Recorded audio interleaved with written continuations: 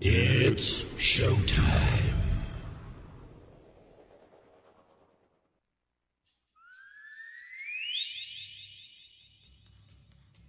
Okay, Tokyo, South America, Australia, France, Germany, Africa. Here we go. Head on with Bob Kincaid. 3 hours of conversation, cussing, and a discussin' with America's only born-and-bred Southern liberal talk host. Head on with Bob Kincaid is brought to you each night by Coal River Mountain Watch.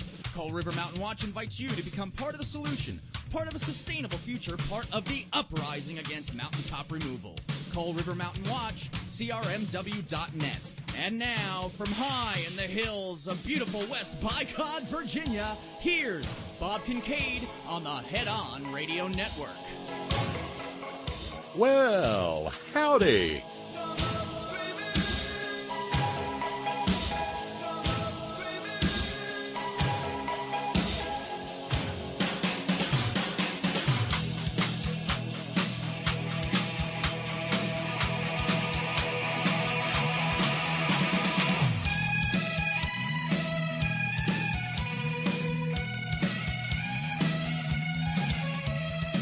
And here we go. We are off and running for this 13th day of November 2018. This is The Horn. Headon.live is where you go if you'd like to be part of the merry, madcap, wacky, zany, real-time multimedia extravaganza that is The Horn chat room. Pop right in, pick yourself out a screen name and a password. It costs you nothing, but you will be among a merry band of chatters during the hours in which this program is live from 6 to 9 Eastern Standard Time. Yep, we're back to that. It's goddamn dark outside. And, yeah, I know, but if you do, you will be immediately greeted by the likes of Anatole and Towhead and Rally and Urban Prospector and Warrior Witch and more who may be wandering along as the program continues. There's Otto, as a matter of fact. Hey, Otto. And, of course, you'll be moderated by longtime inveterate, indefatigable veteran chat room moderator Sparky, who, being a Spacing Guild master, has folded space to become Man Cave. Yes. Hi, I'm Bob Kincaid. It's Titanic Tuesday on the Horn. Oh, yes, it is. Yeah. So often is the case that Titanic Tuesday follows so closely on the heels of Moran Monday that, well, we have a hard time telling the Morans from the Titanic intellects. And in point of fact, there may actually be no distinction. It may be a distinction without a difference. Yes. But before we jump into all of that, thank you very kindly to Steve in New York. Lakoti, L-A-C-O-T-I. That's loud and clear on TuneIn. Thank you very kindly. Yeah, we appear to be streaming merrily along on both the White Rose Society stream and on the Headon.live stream. Yay, us. It's always good when that's not a thing to, sort of trash my vibe on the front end of the program. But, this is progressive independent broadcasting done on the last frayed thread of a dry-rotted sneaker string. So these things do happen, but not this evening. Mm-hmm. So let's see. What do we do at the beginning of the program? We thank our subscribers. And the 13th of the month, and I guess it's something about the 13th. The 13th of the month is a lonely, lonely day for subscribers. We have one lonely a couple. Gary and Gaia. We send out thanks to Gary and Gaia this evening for their subscription. And I know from previous correspondence that Gary and Gaia would like to have some company. And remember, if we were able to get one brand new $10 a month subscriber every program between now and, say, the end of October next year, we would be very, well, I could stop talking about fundraising, and wouldn't that be cool? But as it stands, we have one lonely subscriber, or one lonely subscribing couple. Sorry, Gary and or Gaia, I apologize. One couple. And if you'd like to join them and provide them a little company on the 13th of the month, well, just run over to headon.live And yeah, I guess this kind of applies only to the people listening live, because it'll be on the 14th by the time with the podcast, and you understand. But at any rate, run over to headon.live, click on PayPal, and check that little box that says "Make this a recurring" or "Make this happen again and again," or whatever it is that it says. But give that a try if you'd like to cut into the 13th of the month loneliness for Gary and Gaia. Okay, and thanks, Gary and Gaia. Thank you so very much indeed. Let's see. It's been a quiet day in Mount Colby gone. No, don't do that. It's been a long day is what it's been.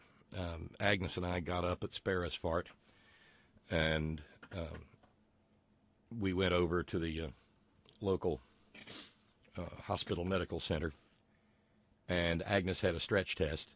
That's what we call them up here in the hills and hollers, the stretch test. She had a stress test. We're in our 50s now, so these are the kinds of things that you do. And they had her going at a dead run straight uphill on the treadmill, and she appears to have passed with flying colors. So that's good news. That's the good news. Along the way, though, I checked in with her before anybody goes, "You heartless bastard." We've been having some deflation issues with the tires, and they're only a year and a half old. They probably don't have 25,000 miles on them. So I took them to the place where I got them, because both they were due for a rotation anyway. And so in so doing, I said, rotate them and probably remount them and balance them, because they're not holding air, which is a bad thing for tires. And so I sat around. It finally got done. And they looked at me and said, "Well, the one was just a leaking around the bead." And, okay, but the other, your wheel is cracked. Huh? What? But, yeah. So now the search for a wheel begins. Pardon me if I feel just a little bit Cro-Magnon in the notion that, well, it's time for Bob to go out on search for wheel. I look for wheel. Where is wheel? Wheel is hard to find. Not many have wheel. Well, the fact of the matter is, it probably could buy one right away at some exorbitant brand new price. But it's more of a, I don't know, it's like modern urban archaeology to go and try to root one out of a junkyard somewhere. Is wheel cracked? Bob Hope wheel not cracked. In a minute, I'll probably get a text from Agnes telling me to shut up and do the program. I had a nice note from our buddy Reverbo. You mentioned Elijah Cummings the other night. We love Elijah Cummings here, House rep for over 20 years and one of the good guys. I just voted for him last week. Can't wait for him to chair the Oversight Committee. Oh, me neither. I can't wait for... Oh, well, yeah, we'll go down this road real quick. Or maybe not so quick. I mean, we know what this program is. Real quick tends to wind up about an hour later.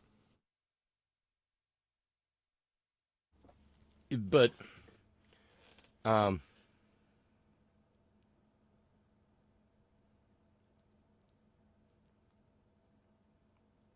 as I've said before, let 1,000 investigations bloom.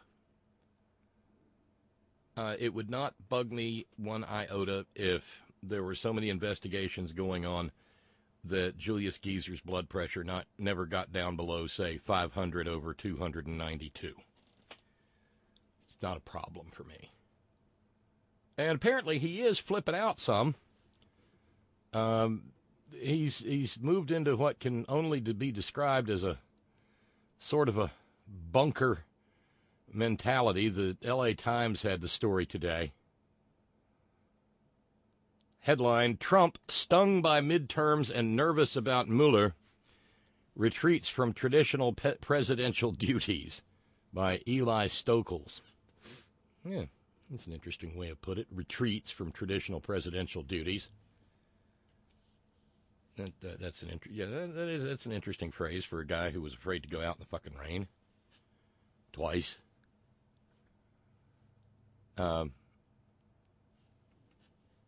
Reporter Eli Stokols says, for weeks this fall, an ebullient President Trump traveled relentlessly to hold Raise the Rafters campaign rallies, sometimes 3 a day, in states where his presence was likely to help Republicans on the ballot.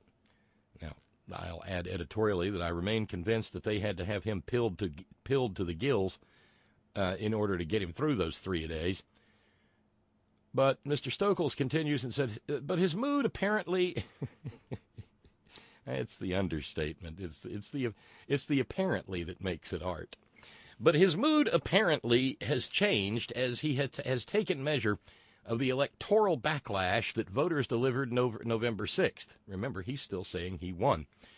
With the certainty that the incoming Democratic House majority will go after his tax returns and investigate his actions, and the likelihood of additional indictments by special counsel Robert S. Mueller III, Trump has retreated into a cocoon of bitterness and resentment, according to multiple administration sources.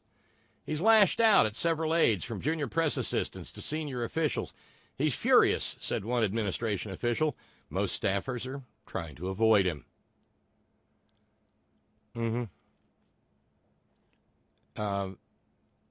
For instance, today, King Abdullah of Jordan, one of our allies, was in D.C.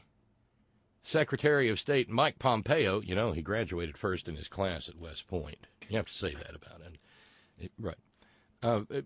King Abdullah met with Mike Pompeo, but, well, they couldn't quite scrounge up the President of the United States to say howdy to one of the few people who unreservedly is supportive of the United States over there in that benighted region.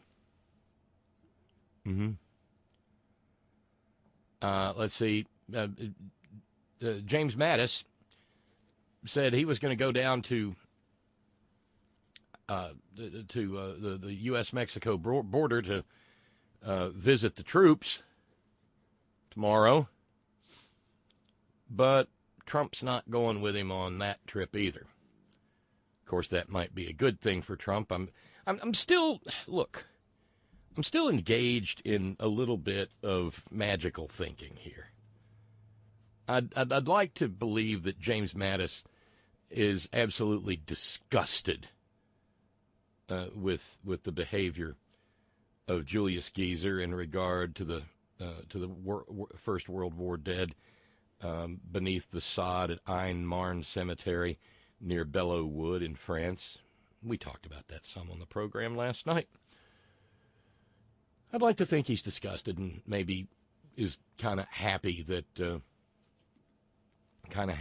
Marmalade Mugabe isn't going to be with him. But then again, he's what's that number? He's had 66 maggot rallies and he's played 154 rounds of golf, but he has never visited troops in a combat zone.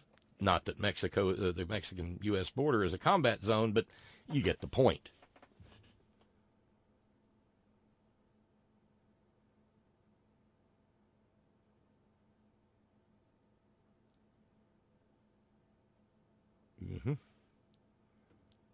So it's a little weird in the White House. And it's apparently gotten so weird. Okay, it's a lot weird in the White House, but that's just any day after January the 20th, 2017 that ends in a goddamn Y. A little weird in the White House. A lot weird in the White House. Because apparently Melanoma, remember, the first woman ever to be First Lady of the United States with a history of removing her clothes for strangers in exchange for money, It's not a slur. That's just an entirely factual statement. But she has, Melanoma has decided to exercise a stronger hand in the day-to-day business, not of first ladying, or clothing removal for that matter, but in the operation of the White House itself.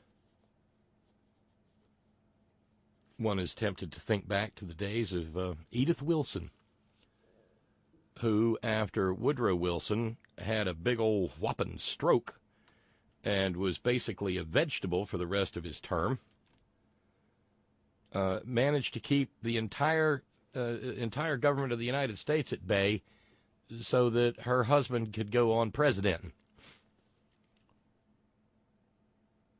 Well, while the chlamydia Claudius is huddled in his room, rage watching Fox News TV Radio Rwanda, apparently Melanoma has the knives out. And today she won. According to the Wall Street Journal, not its opinion page, the actual reporting that goes on there, which, as our buddy Steve from Georgistan has pointed out, ain't half bad.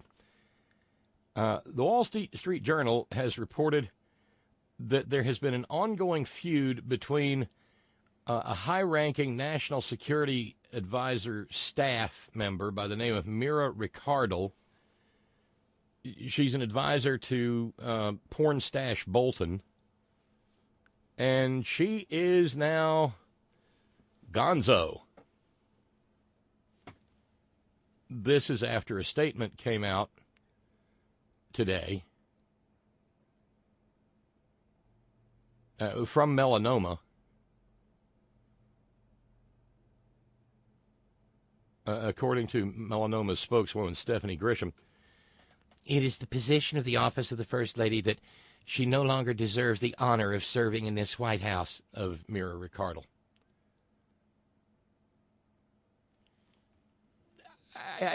We don't have the time to do the deep dive, but I don't think that happens a lot, that the First Lady starts declaring who can and cannot be a member of the President of the United States' staff. I mean, yeah, you can go back to, say, Nancy Reagan.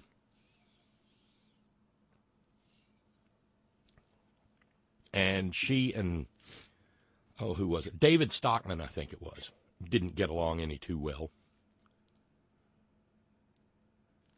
But the fact that Melanoma declared a member of the White House staff to be persona non grata, and almost immediately thereafter, Geezer Disgustus had John Kelly fire her, is a little bit weird. Okay, it's a lot weird. But then again, I guess the question is anything in this White House truly weird? Or is weird just the order of the day? Mm-hmm.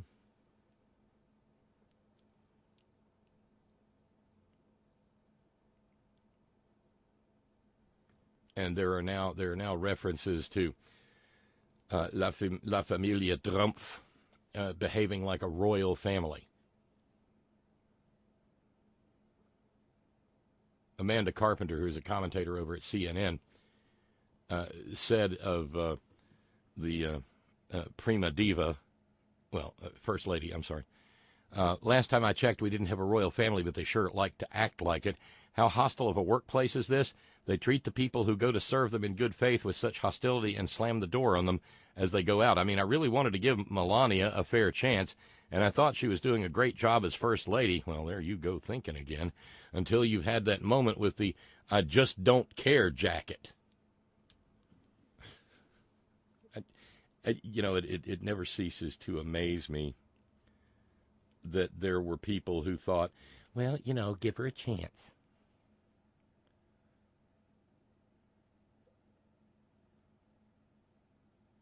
because what didn't the millionaire media understand about her?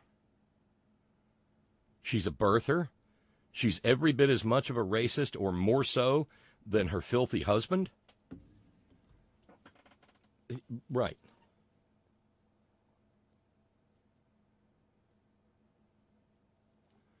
Hey, oh well. It's all WWE anyway, isn't it? Mm-hmm.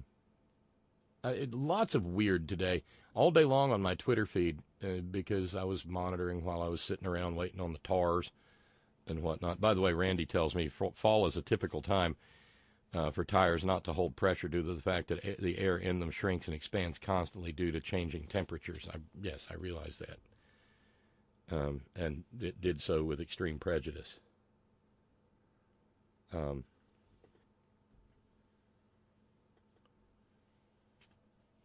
I don't know what I'm going to do about the wheel cracked. Go figure. Hell, I'm beginning to wonder if they rotated the tires. Paranoia will destroy you. Quit that, Bob. Marty pointing out, at least the UK's royal family, even though you hate them, tend to serve in the military. Where have any of the GOP royal families served the country? Well, I don't remember the Bush daughters running out to the front lines in Iraq and Afghanistan, even though women had been allowed into combat. Nope. And then, of course, there's W's own service protecting the Rio Grande Valley from the encroaching hordes of Viet Cong back during his days with the Champaign unit of the Texas Air National Guard. Mm-hmm. The Romney boys, yeah, not that bunch that looks like the road company for the Osmond Family Adventure. No, not them either. And suffice to say that Uday and Kusay or Beavis and Butthead or, well, whatever we're referring to those two eldest Trump boys, the closest they've ever gotten to military service is, well, they've never gotten anywhere within the same galaxy as honorable military service, so we'll leave it at that.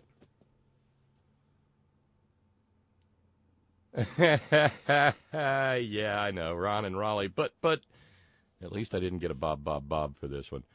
But don't you have to discern Melanoma's intent?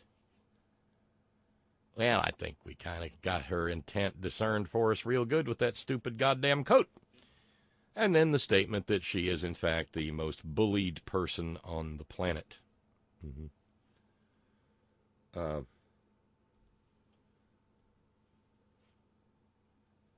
Wait a minute. I've been a little stingy with the cowbells lately. That or you guys haven't been that funny. I'm not sure which. But Lee in New York's subject line stress test. My wife has a stress test every time she has to deal with me. Well, it's the same way here. The only thing is I don't have her hooked up with all the monitoring telemetry and everything. So this was actually sort of setting a scientific benchmark as they were able to monitor stress on her ticker without me annoying the living bejesus out of her, at the same time. In other words, it was, it was done under laboratory conditions, yes.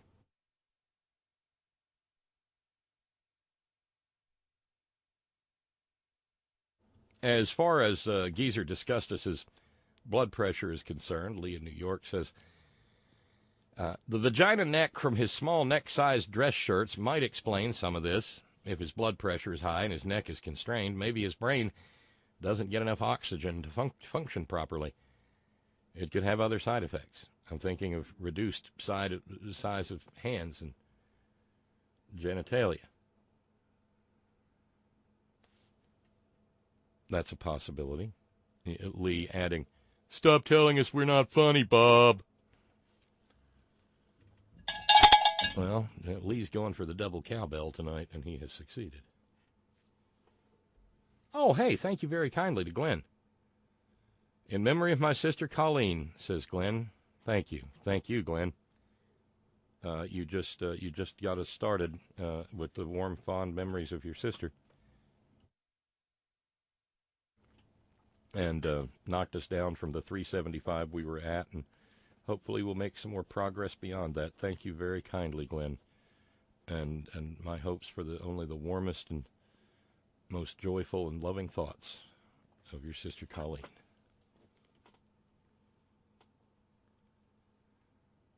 So, like I said, it's been a weird day. Down to the point that, like I said, I monitored my Twitter feed. You see what you guys do to me? I try to have a nice linear conversation, and no. But all day long, these tweets kept coming across saying people are saying there could be indictments as early as today. We're waiting for the other shoe to drop. And so over on MSNBC, Anna Schechter, a reporter for the Daily Beast, showed up. And she announced that she had been scheduled to interview Jerome Corsi today.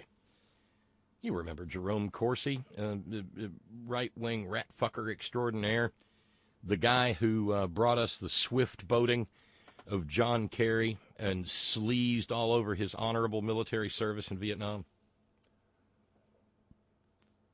You remember the 2004 Republican National Convention when the good, God-fearing, upstanding, Bible-believing, Christ-centered, evangelical, fundamentalist, homosexual Christian Republicans festooned themselves with Band-Aids that had little purple hearts drawn upon them in mockery of the injuries that John Kerry had sustained in his honorable service? Do you think if you could set the Wayback Machine for that summer of 2004, and you could tell some of those assholes with their Purple Heart Band-Aids, listen, here in about 12 years, your party is going to nominate a guy who got 5 deferments for bullshit bone spurs, and he's going to lay up in a hotel on the 100th anniversary of the armistice to World War I and pout and maybe have some pillow talk with Vlad Putin instead of honoring the Marines who got slaughtered at Belleau Wood trying to stop a German advance and save Western civilization and all of that stuff. Do you think if you built a time machine and you went back and you said that to them, that they'd go, maybe I don't need to be wearing this fucking Band-Aid? No, because they were just, they were maggots in the larval stage back then.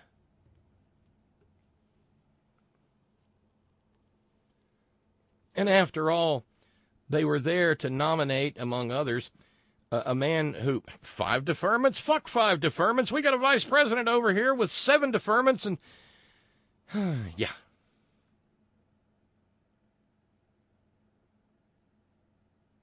So no, I guess not. No. Jack in Shreveport with a note. Trump military service. Are you sure Trump wasn't in the military? He must have been saluting the North Korean general for some reason. Oh, wait a minute. It's nice to be back. Yeah, you guys. I think maybe we're crawling out of our election week the days. Yeah, well played, Jack. Well played.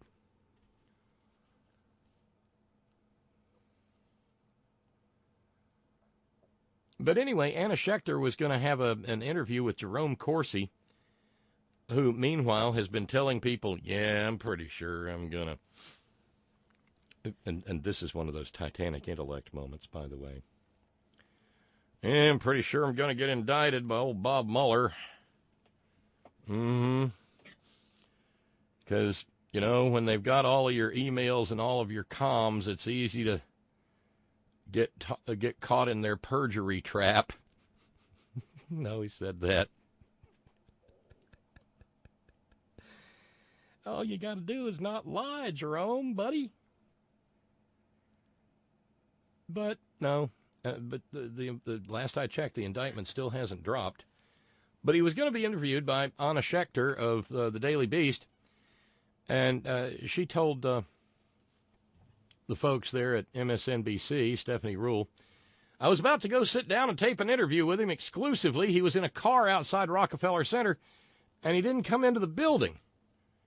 He doesn't get out of the car. His lawyer says, shut it down. You're not doing the interview. His lawyer just had a call with special counsel's office. He won't tell me what transpired in that call. It just gets better and better and better. Yeah.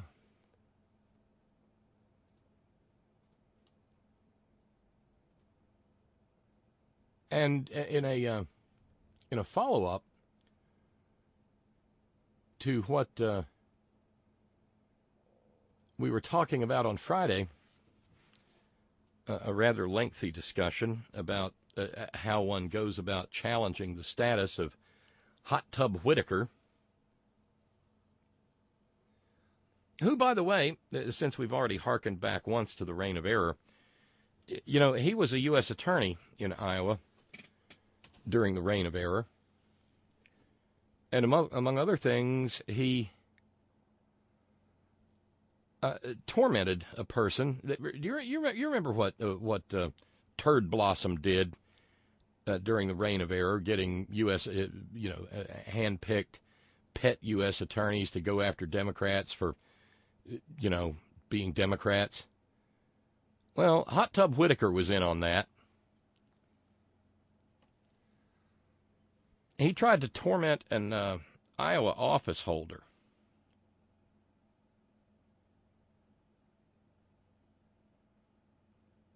And it's a hell of a story. Matt McCoy is a state senator from the 21st District of Iowa.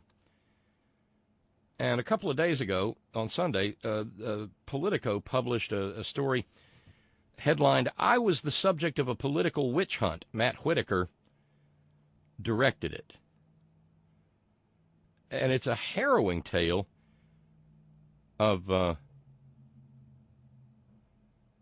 it's an absolutely harrowing tale of a guy simply trying to live his life and do business, and having a pair of humorless FBI agents show up on his stoop to tell him that he was being investigated for issues related to bribery in violation of the Hobbs Act, which Matt McCoy says he later remembered had to do with bribery and robbery and extortion for the most part. And then they played him a tape, Matt McCoy, of Matt McCoy talking with his business partner, a man named Tom Vasquez. And it all had to do with a consulting arrangement and monitoring systems for senior citizens in Iowa. And Hot Tub Whitaker's theory of the case was that the guy who did the consulting work, wanting to be paid and threatening to go off and do his own thing, constituted a violation of the Hobbs Act. The FBI, in fact, said that was extortion by an elected Iowa state senator. He goes on to say that the Des Moines Register reported during my eventual trial, because Hot Tub Whitaker took it all the way to trial, that numerous Iowa officials had denied threats by McCoy and insisted that no single senator would have the power to influence purchasing decisions by the state.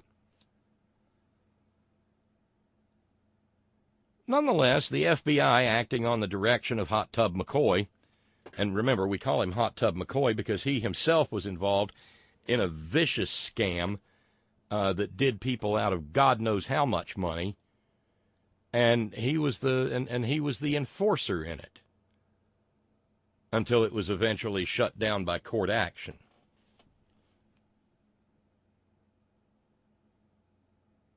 But they tried to put the screws to Matt McCoy to get him to name names.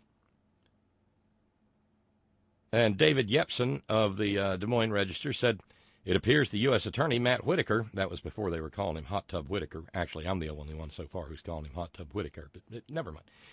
It appears that the U.S. Attorney, Matt Whitaker, is aggressively going after the city's Southside Democratic Organization and the way it does business. That's what it was. It was, as Matt McCoy says in Whitaker's own recent words, a witch hunt. The FBI agents who visited me that day were saying that if I snitched on my Senate colleagues, Whitaker's office might be lenient with me.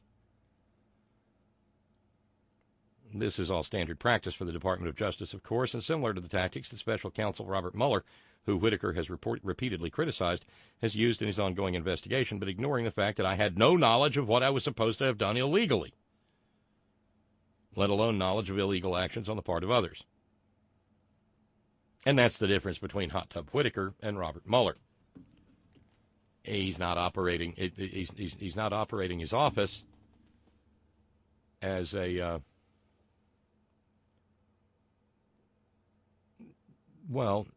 extortion scam. Then it came out that the FBI had paid some $2,200 to his former business partner, McCoy's former business partner, Vasquez, to clandestinely record the conversation, that would being the tape that they later played for McCoy there when they came a visiting. Had he been convicted, he would have faced something on the order of a $250,000 fine and some 20 years in the federal stir.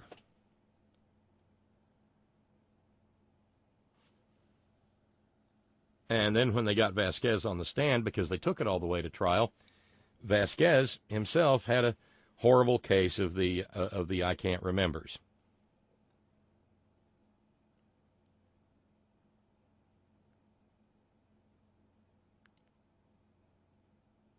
Matt McCoy was acquitted. It took the jury all of 25 minutes to say, "Oh no, really, no."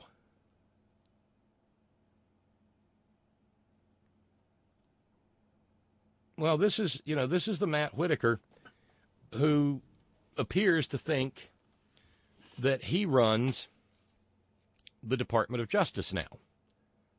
He's never been confirmed by the Senate for any of these senior leadership roles. The overarching statutes don't apply.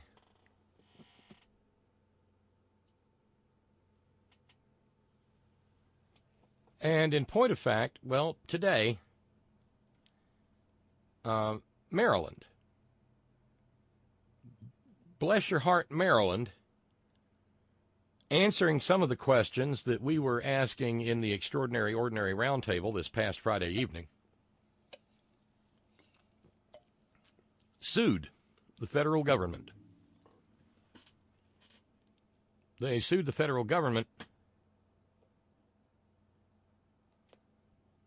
alleging that Matthew Hot Tub Whitaker, who believes that federal judges should all be Christians, by the way, I mean, that's not me saying that. He said that.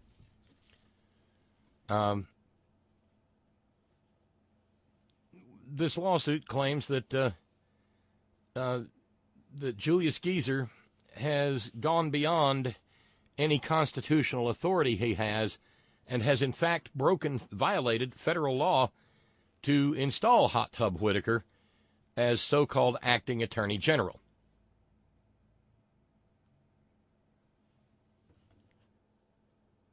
I knew somebody would. Filing before U.S. District Judge Ellen Hollander in Maryland, the state of Maryland, and it is a state. It's not a commonwealth, is it? I can't keep my commonwealth straight.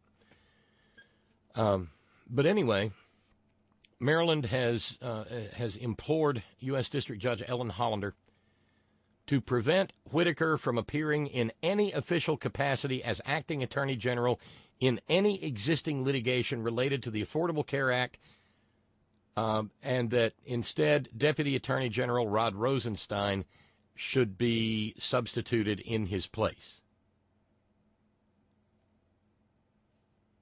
Meanwhile, bless him, the city of San Francisco has told the Justice Department that they're thinking about suing too.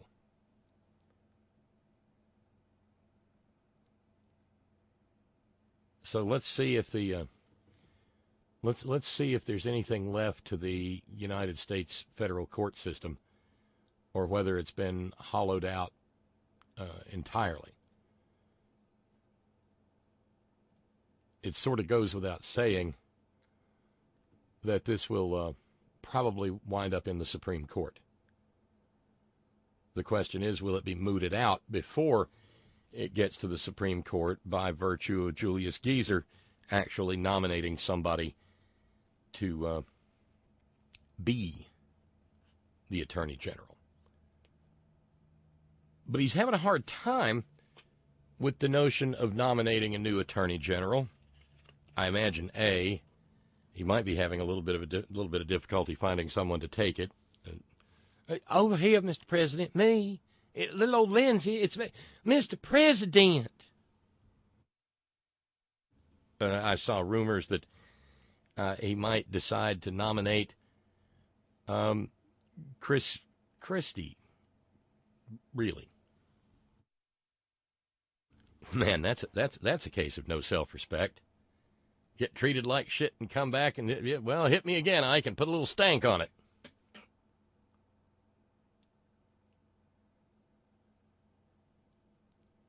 But he needs to get an attorney general in, but he can't be sure that in a confirmation vote on the floor, I mean, he can probably get it past the Judiciary Committee, but in a vote on the floor at this point in time, who knows?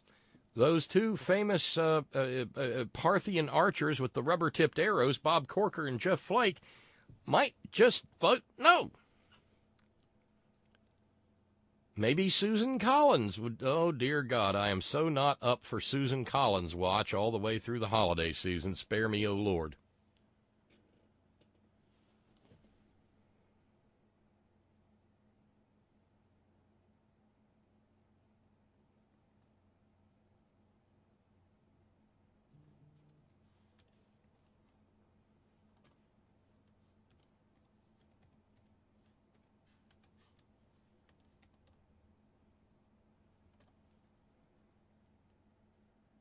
So that's kind of a mess that has to wait till the new Congress.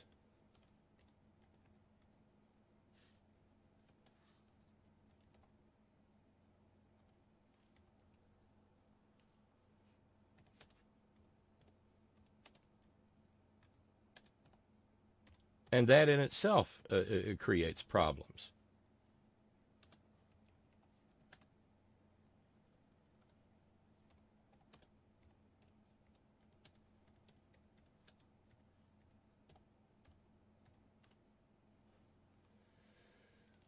So, what's a poor Russian puppet to do? Well, that's good. Arnold up in PA points out, it might be hard to find someone less qualified than Chris Christie. Oh, don't sell them short. They've already found Hot Tub Whitaker. Yeah.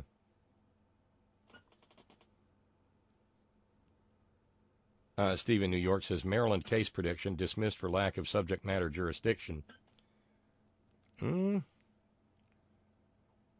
If I don't know, Steve, if he is improperly in the office and if there is litigation before the court, then the court has jurisdiction. Because any appearance by any U.S. attorney, that U.S. attorney is effectively appearing on behalf of the Attorney General.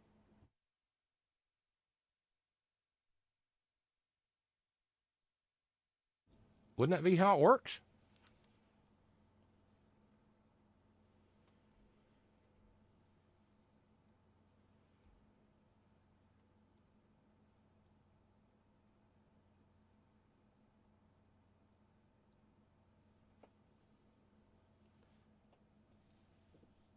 So, watch this space, as they say. But the weird, well, what did Hunter S. Thompson say? When the going gets weird, the weird turn pro. Little motion practice going on in federal court today.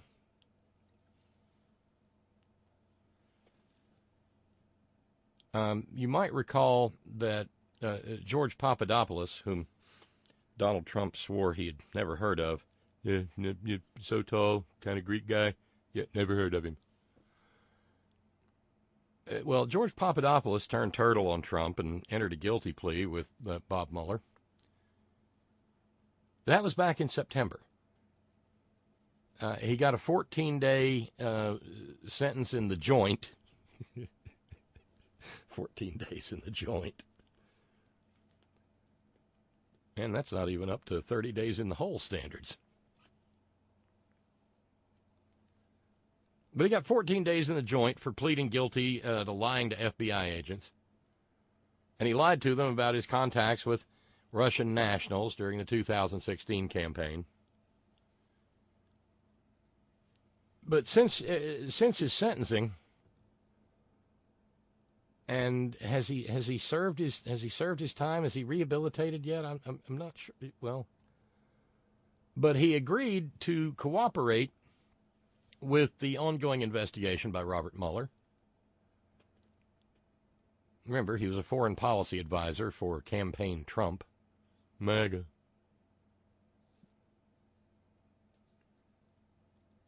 Since then, he's been pissing and moaning about how he was framed. I was framed, man. I was framed. They framed me.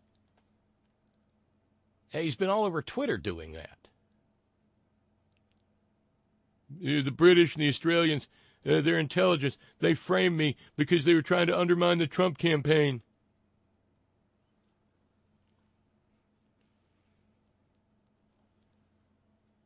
Well,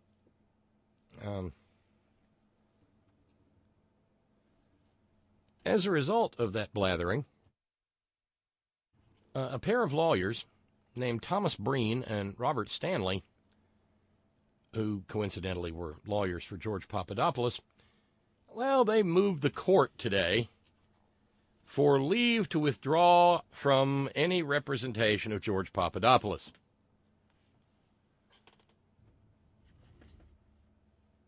Because, well,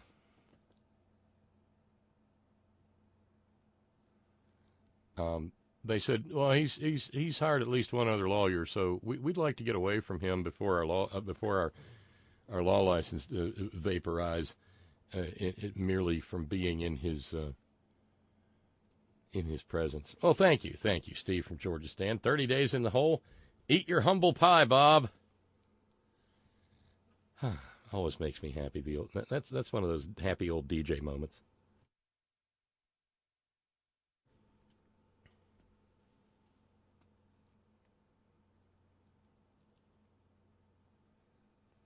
Steve says there's no standing in the Maryland case because it's a political question. The political question doctrine saying that the courts do not inveigh on political questions.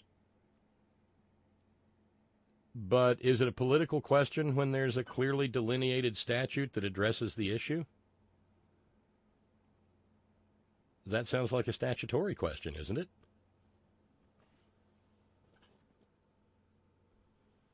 Thank you for the Commonwealth update. 4 of the 50 are Commonwealths. Kentucky, Massachusetts, Pennsylvania, and Virginia. Well, I knew Massachusetts, and I knew Kentucky, and yeah, I was sure. Okay. I just wasn't sure. Maybe I was mixing Maryland up with the border states from the recent unpleasantness.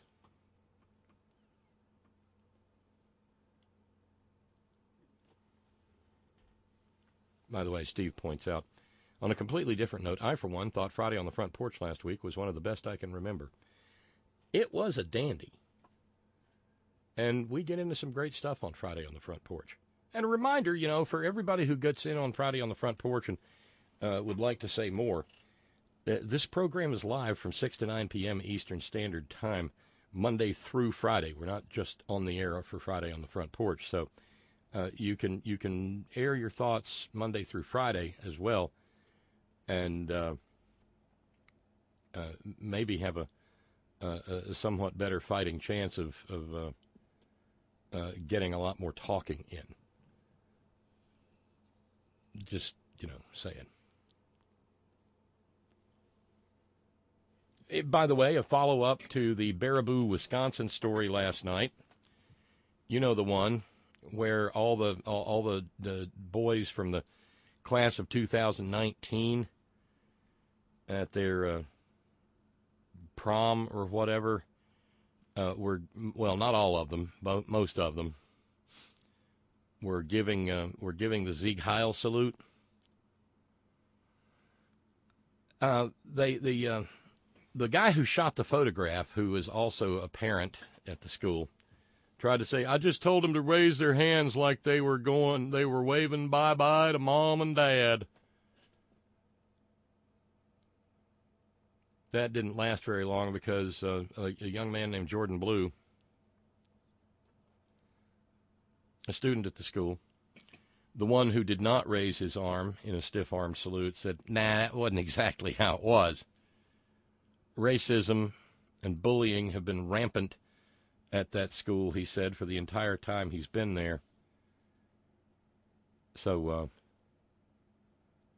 no, nobody... And it just looked like a Hitler salute because they were in various stages of waving bye-bye. I guess one kid waves bye-bye by giving the white power salute, the WP. Jesus. These people.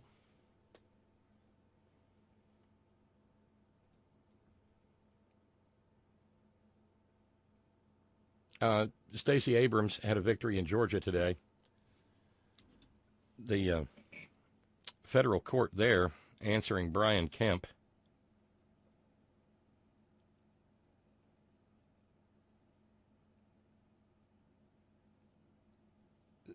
said,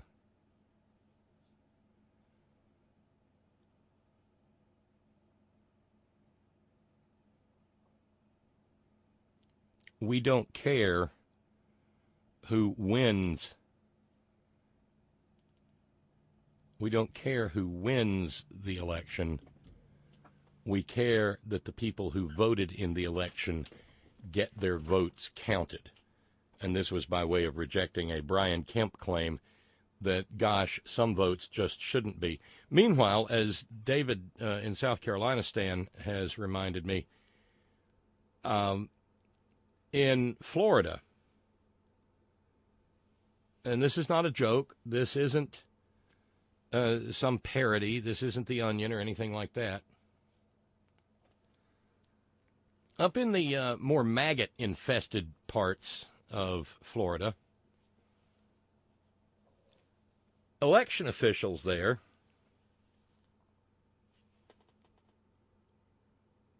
let voters in Bay County, which is seriously maggot-infested, and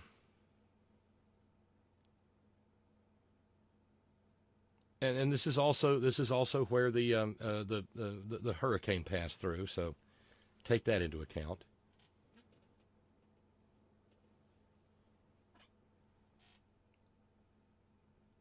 But election officials there, the election supervisor there,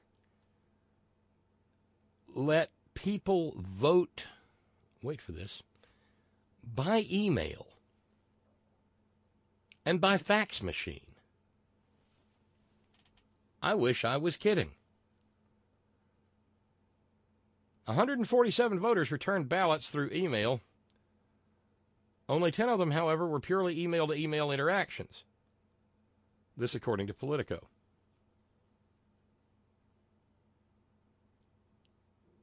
In other cases, yes, voters used fax machines.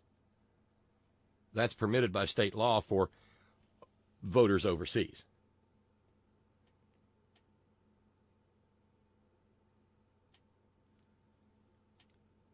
This, meanwhile, at the same time that Republicans are having a shit hemorrhage down in Broward County, and where they're doing the Republicans are doing their dead level best to have a repeat of the Brooks Brothers riot of 2000.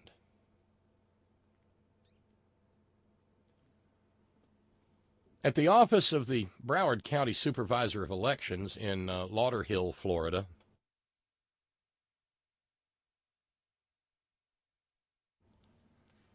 a pair of maggot ladies, one of them wearing a urine-colored snake flag shirt, decided to make miserable a woman of an African American woman who was conveniently near to them. Listen, it's all about let's vote black. That's all it is. That's all it is. Identity politics. That's all it is. It's all about let's vote black. Identity politics. That's all it is. I mean, Tell us, why do you support Yellow? that helps stupidity. Go watch your pussy. How much the sports store is paying you? How much the sports store is paying you? Hey, look at collector's item. One African American person was standing on a bench holding a Gillum shirt, and the maggots immediately converged.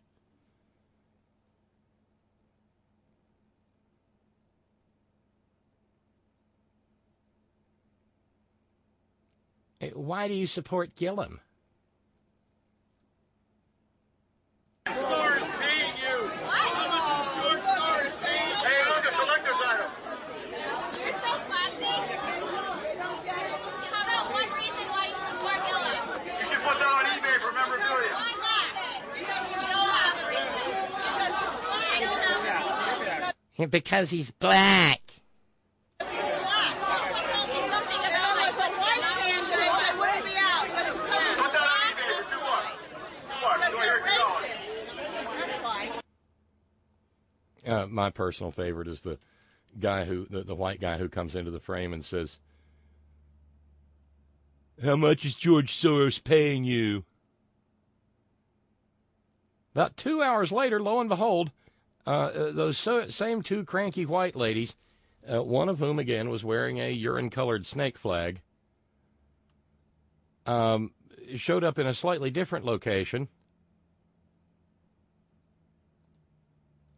where they began to exaggeratedly dance in mockery of an African-American Floridian. Count my vote. Count my vote. Count my vote. Count my vote. Count my vote. Count my vote. That's what I say. Say, girl. Count my vote. Say it again. Count my vote. Count my vote. Go back to By the way, white lady can't dance for beans.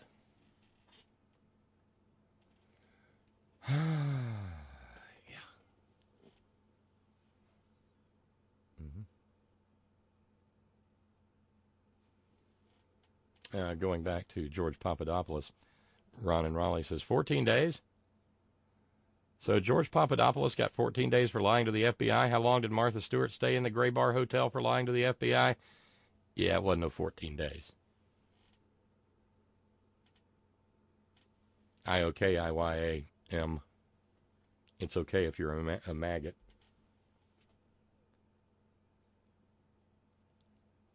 Steve in New York. Soros payments. Are we receiving a W-2 or a 1099? No, it's all in cash. Ixnay on the arms pay.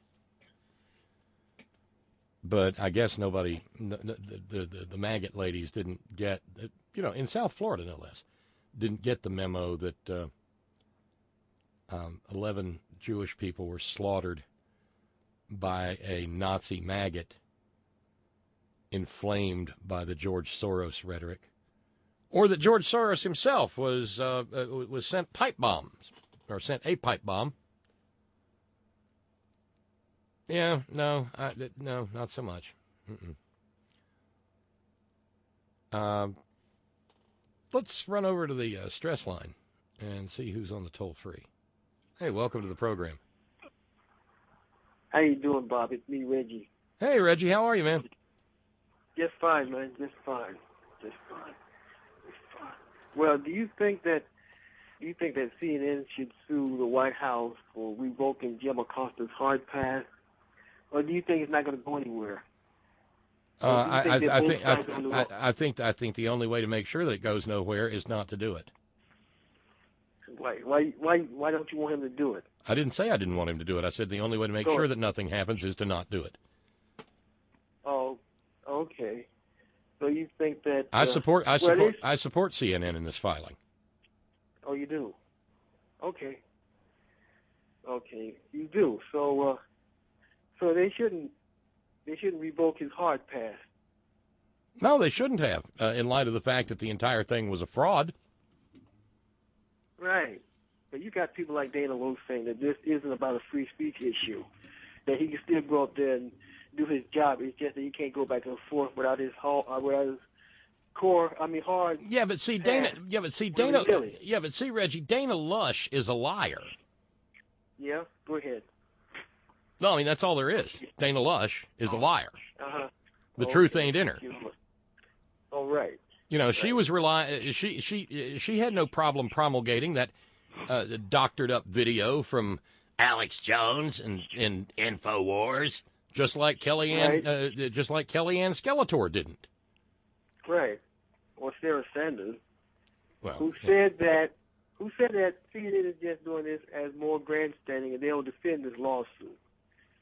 Well, she has to say they'll defend the lawsuit. That's all she can say. Yeah, like you said, they're all liars, right? I mean, that he's a grandstanding, I don't know, glory hog news reporter. That's what they all would say to him. Well, but again, you know, this ain't my first rodeo, and the fact of the matter is, Trump called on Jim Acosta. Trump was spoiling for a fight that day, and he actually precipitated it. Right, he did. And, you know... I mean, when the President of the United States, and this is one of those questions about, do the laws of the country apply to the President of the United States? When the President of the United States uses what are known in legal circles as fighting words... Right. What's the recourse of the person he has assaulted with those words? I don't know, sue him, I guess, maybe. Well, maybe maybe look up the idea of fighting words, right? And see where that takes you. Right, but now they're saying that they're going to sue his aide, one of those guys, or one of those Secret Service aides. Well, they've sued them all. They've sued Trump. They've sued the Secret Service. They've sued Sarah Husselbuck's sandbags. I think they sued the intern, and they've sued a John Doe member of the Secret Service because they don't know the name of the guy who confiscated the pass. That you have to sue them all. It's sue them all and let God sort them out. Right. And that you got people like Dana Lowe saying that this is all the way. He's trying to get his own radio. That Jim Acosta is trying to get his own TV talk show on CNN. That's why he's doing all this. He works for a TV network. He can be on all the TV programming he wants. Right. Jesus, she's pitiful. Yes, she is. She doesn't think that this lawsuit will happen, or if it does happen, she hopes that CNN side will lose the lawsuit. Well, it's already happened. It's already been filed. Right. And that she says that she's never heard anybody more self-obsessed than him. Which is absolutely freaking hilarious, considering that, we're talking about Dana Lush. Yeah, this is the exact same woman who herself is trying to sue Media Matters because they took all of her words over the years out of context. Well, that's what she claims that they've done to her. Yeah, well, anytime a Republican says they've been taken out of context, how that's generally defined is that the people in question have published every word that she said, and she doesn't like it. Right. You mean just like Donald Trump doesn't like Jim Acosta questioning him. And like you said, Sarah Husselbuck, Saddlebags or Sandbags said that they don't tolerate reporters disrespecting them or the president when they try to ask questions or when they try to respond to their questions, and that he doesn't let other reporters ask their questions of them. He likes to hog the spotlight. To them, he's a glory hog, I guess. Yeah, but that's a load of baloney. Why you say that, Bob? Because he sits there and he calls. He's the president of the United States. He can call on whom he please. Yes, he can. But he said And he pleased on that particular day to call on Jim Acosta because he comes from the world. Because Trump comes from the world of professional wrestling, and this was a setup. Oh, so it was. So I'm sure Jim Acosta can say that in court too. I hope that he was set up. I don't know that he would say he was set up, but the onus falls upon Donald Trump because Donald Trump is the one who called on him. Right. Well, I just hope that Jim Acosta wins. But what if they still don't give him back his hard pass? You know, what if they don't? What if they still don't return it to him after all this is said and done? What should happen then? Well, that question itself is premature, right? Because it hasn't been litigated. I mean, there's an entire appeals process after the initial trial. One would think that perhaps remember. This is Donald Trump who says, I never settled anything. I take everything to trial, and then settles everything. Right. So you think he'll settle this? At some point in time, they may hand his hard pass back and say, well, this is because we're such decent people. Right. Right. I mean, I just hope that this doesn't happen to anybody else. Don't you? Do you, Bob? Well, where this is concerned, Reggie. I'm not in the hoping business. Oh, right. This is just the world we live in. Yeah. And they are at war. They're at war with anyone who. Remember, the definition of fake news is anything Donald Trump doesn't like. Right. Right. But yet he goes on Fox News itself, which is fake news itself, number one. Well, but see, there's even a Fox News program or problem because even Fox News has begun to criticize him a little bit tepidly here and there. I'm surprised they started doing that at all.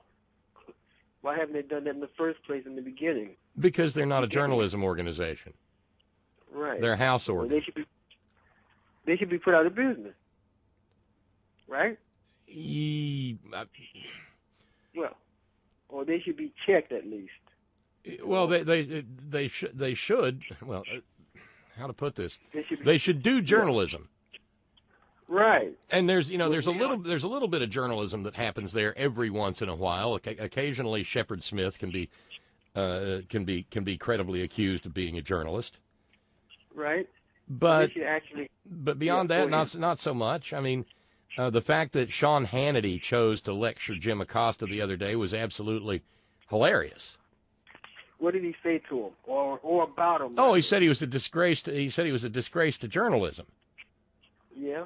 The headline should have read "Disgrace to journalism accuses someone of being disgrace to journalism." Oh, so this is coming from a disgraceful journalist himself, Sean Hannity. No. Sean Hannity is a disgrace to journalism. Sean Hannity is not a journalist. Right. Neither are the rest of them over there. Like the ones on Fox and Friends and Jeanine Pirro and the Five and Outnumbered. Yeah, those are all opinion programs. Right. But you got that's true. And you got Jeanine Pirro over there. She's not a journalist either. No. Neither's Laura Ingraham. Neither was Bill O'Reilly. Neither is Jesse Waters. Neither are Kilmeade and Douchey and whichever attack blonde is sitting between them these days. Neither are the women on Outnumbered. Neither are the people on The Five. Who names this crap? I guess they do. Yeah, who names this crap? I guess they do. Yeah, I guess they do. But yeah, they should fire those guys and hire actual journalists if they want to become a real journalism network. Well, I saw a remark earlier today saying that most European countries don't allow Fox to run because it does not meet legal standards of journalism. And then there was that famous Canadian case where Fox's lawyers pled in Canadian court that Fox is not a news outlet, that it is in fact an entertainment channel. Right. That's true. Right. That's true. And well, you gotta blame and thank Rupert Murdoch for that. Well, for bringing Fox before the entire world to us all. But go ahead, Bob. No, that's okay. I mean, it's like Steve from New York just wrote in, "Oh, dear, Bob, the Hannity job is just a disgrace. Let's be as overbroad as we want to." See what I did there with that First Amendment principle? Yeah, overbroad. Yes, I do see. Yeah, there's one pseudo journalist that we forgot, and her name is Megyn Kelly. She's not a journalist either. Well, she's long, but she's gone from Fox, and now mercifully she's gone from NBC, and even Fox has said, "No, we don't particularly want her." They don't want her back? No. I'm surprised. What about this bleach blonde bimbo? Tommy, what's her name? Tommy Lawrence. Well, not a journalist. Right. God, somebody ate her lunch and dumped the bag on her head recently. I can't remember who that was, but it was funny. I bet it was. Was it on Twitter? Yeah. Oh, okay. Must have been Candace Owens. Maybe, possibly. Yeah, yes. Maybe. Right. But what about the journalists on the rest of the networks, like CNN? Well, we don't really have time to go over each and every member of the Fourth Estate. As in any instance, there are good and there are bad. But the display last week that Trump put on of deliberately and specifically going after women of color who are journalists. Really, how many times do we have to be told that Donald Trump is a racist before we actually say, well, we really don't need to debate this anymore. Donald Trump is a racist. Well, like you said, they should have a boycott of covering him, right? There should be no more coverage of him. They should walk out in protest, right, Bob? Well, no, I'm not necessarily going to say that, because if the decent journalists were to walk out in protest, that would leave nothing but a room full of maggots, and that's why they have been packing the White House press room with maggots. And he calls on the maggots. All right? Right. Who was the guy? I mentioned it the other night. Maybe it was Thursday night on the air. A white supremacist braying about guess who's at the White House today? Him. Right. I don't know who that guy was. It wasn't Steve Bannon, was it? Oh no. It was one of those people that are variously referred to as a white nationalist or alt-right or yeah. Right. I think he was from he was from Identity Evropa. Well, whatever that is. Oh, that's a bunch of Nazis. Yeah, it is. It is. It is. So I just hope that that this all plays out, that Jim Acosta wins his lawsuit and gets his hard pass back, and prove people like Dana Loesch and everybody else wrong, because if this keeps happening, if he doesn't win, what does it mean for journalism and democracy or free democracy? What does it mean for journalists and journalism? What does it mean for the mainstream media? Go ahead, Bob. This case is not going to be the be-all and end-all of anything. Oh, right. Why you say that, Bob? Why you say that? Because it's one case about one reporter. Right. But if that they might feel emboldened if they win this. Yes. But most of the expert opinion I've read today suggests that they will not win this. Oh, he won't. Well, he should. So they saying that he should just drop this lawsuit, period? Are they saying that? No. They're saying that the White House won't win it. That the White House is in over its head. Oh. So you think the White the House minute they try to play that dummied up video that they relied upon in front of an actual Article 3 judge, the whole thing's going to collapse like a house of cards. Right, but like you said, that came from InfoWars in general, and specifically Alex Jones himself in particular. Well, I don't know that it came from Alex Jones in particular, but it certainly was generated out of InfoWars. But the fact of the matter is, if they try to play that in front of a federal judge, it's not going to last. It's going to fall apart. Right. So you think they should just settle? The White House, I mean. I can't tell you what the White House should do. The White House never should have started this problem in the beginning. There's an old saying out there: you don't fight wars with people who buy ink by the barrel. Right. Well, that's the president's fault. Like you said, he started or precipitated it or perpetrated it or perpetuated it. No, I think he was. I prefer plain language. He was spoiling for a fight. Yes. And he was combative that entire day, the way he treated April Ryan. Right. And those other two black reporters, right? Well, one of them wasn't in the room at that point in time. Well, and the other black reporter, right? Yeah. Yeah, but like you said, he was spoiling for a fight. Him, Sarah Sanders, and I don't know who else. Right. I guess just those two. They were spoiling for a fight. Well, I don't know what kind of planning went on in the background, but it's obvious if you watch the video that Trump calls on Acosta. Yes. Acosta asks his question, and then and see, there's this thing, it's like a verbal tic that Trump does when he doesn't like the question he's being asked, and he starts saying, "Excuse me, excuse me, excuse me." Right. And that's when you know he's been cornered. Right. And no, he did not physically assault. I mean, Jim Acosta didn't physically assault that female young intern who was trying to pull the microphone. Well, out look, of his hand the oldie common law definition of assault, is to put someone in reasonable fear of immediately receiving an insulting, an unconsented to touching of an insulting or provoking nature. Right, and he didn't do that. Simply. No, he didn't menace her. He didn't give her the stink eye. He didn't do anything of the sort. Yeah, just simply because his time was up, or his perceived time was up, I guess by the president or by the press secretary. Well, no, it's not by the press. No, it's just.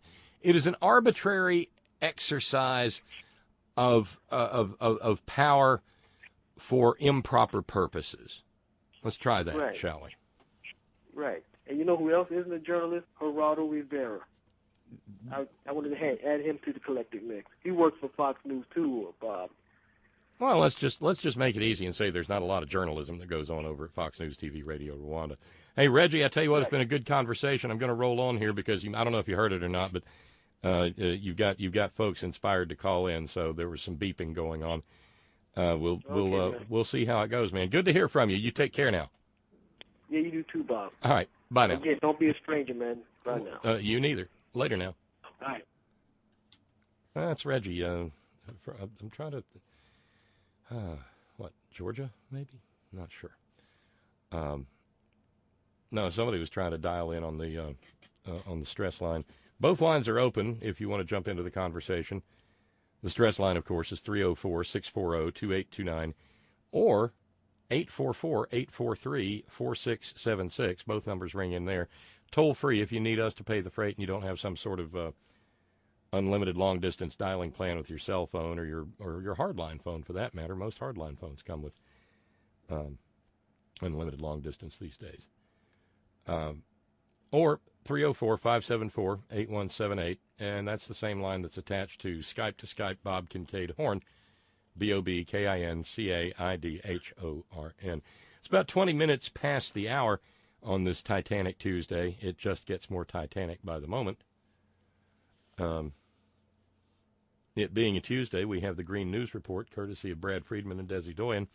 And Glenn very kindly jumped into the fundraising this evening. We had a goose egg last night. We only had $175 to raise instead of the usual $200. We got the usual 200 this evening, so that's 375. Glenn took it down to 365. Thank you, Glenn, so very, very kindly.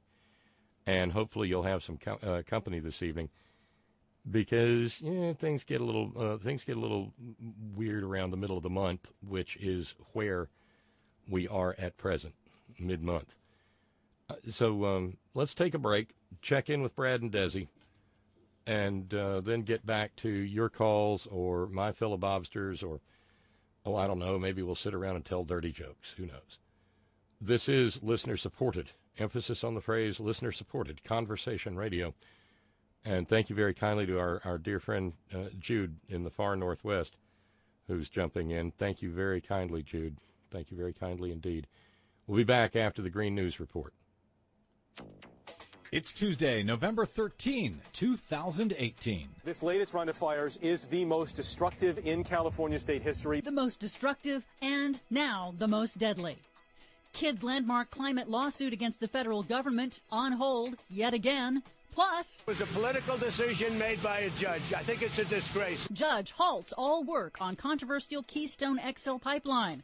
Donald Trump is sad. All of those stories and more straight ahead. From BradBlog.com, I'm Brad Friedman. And I'm Desi Doyen. Stand by for 6 minutes of independent green news, politics, analysis, and snarky comment. 48,000 jobs. I approved it. It's ready to start. 48,000 jobs on the Keystone XL pipeline. Really? Why not just say 48 million jobs? Why not 48 quadrillion jobs? They're all lies. This is your Green News Report.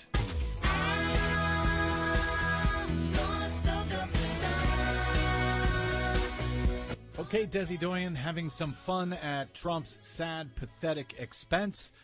Unfortunately, however, first, we've got to get to some very sad news out here in California. Yes, California is again grappling with record-breaking, catastrophic, deadly wildfires. 3 major fires now burning in both northern and southern California that, as of airtime, have killed more than 40 people combined and forced more than 300,000 to evacuate. The largest of the fires, the Camp Fire in Northern California, went from spark to the most destructive fire in state history in just 48 hours. As of Monday, it became the deadliest as well in state history. Driven by extremely dry weather and high winds, it spread at the speed of 80 football fields a minute, faster than many could evacuate. More than 200 people are still unaccounted for, nearly 7,000 structures destroyed, most of them homes. The state's previous record for the most destructive fire was set just last year. And, of course, like last year, Donald Trump is claiming that all of this is because of forest mismanagement or some other nonsense.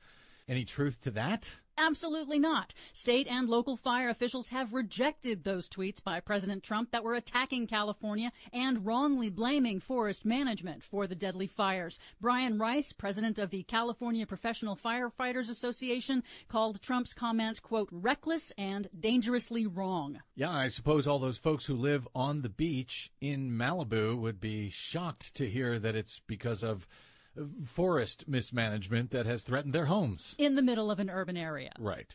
No official cause for the fires has been determined yet, but state regulators on Monday said they are investigating utility companies, Pacific Gas and Electric and Southern California Edison, which both reported equipment failures in the vicinities of all 3 fires just minutes before each fire began.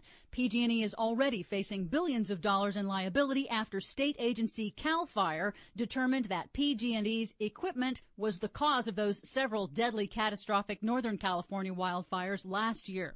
But California's outgoing Democratic Governor Jerry Brown, in a press conference on Monday, placed the blame squarely on climate change, noting that fire season has now become a year-round threat in the state. This is not the new normal. This is the new abnormal. And this new abnormal will continue, certainly in the next 10 to 15 to 20 years. And unfortunately, the best science is telling us that dryness, warmth, drought, all those things, they're going to intensify. In other news, the sweeping, historic climate lawsuit brought by a group of kids against the federal government is on hold again, just days after the U.S. Supreme Court lifted a temporary stay on the trial.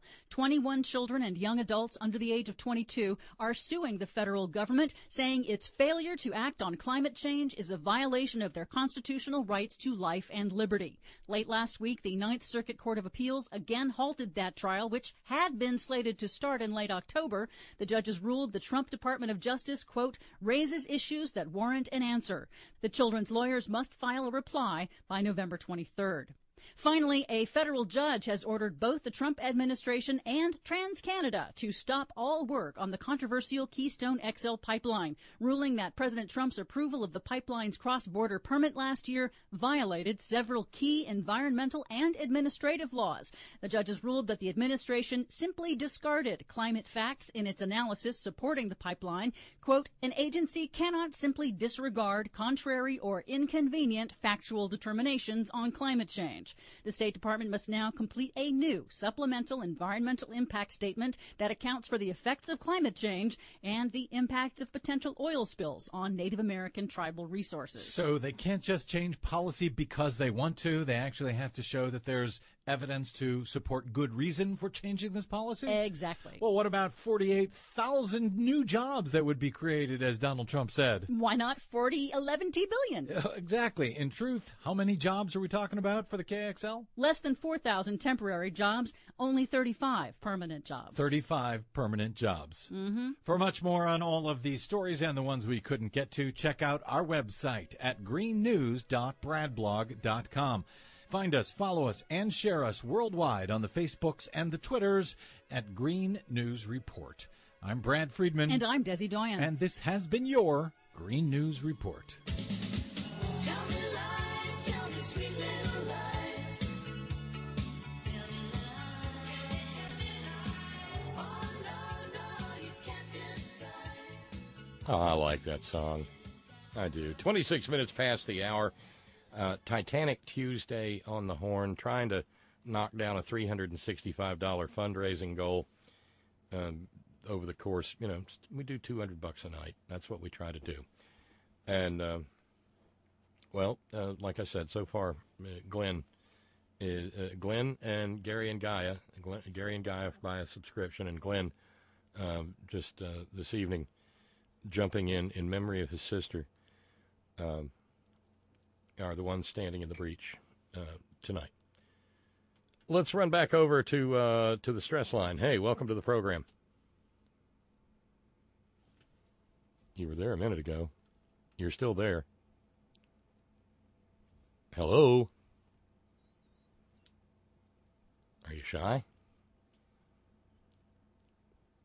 I've got the right button pushed. I hear a click. Oh, dadgummit. Now, hold on.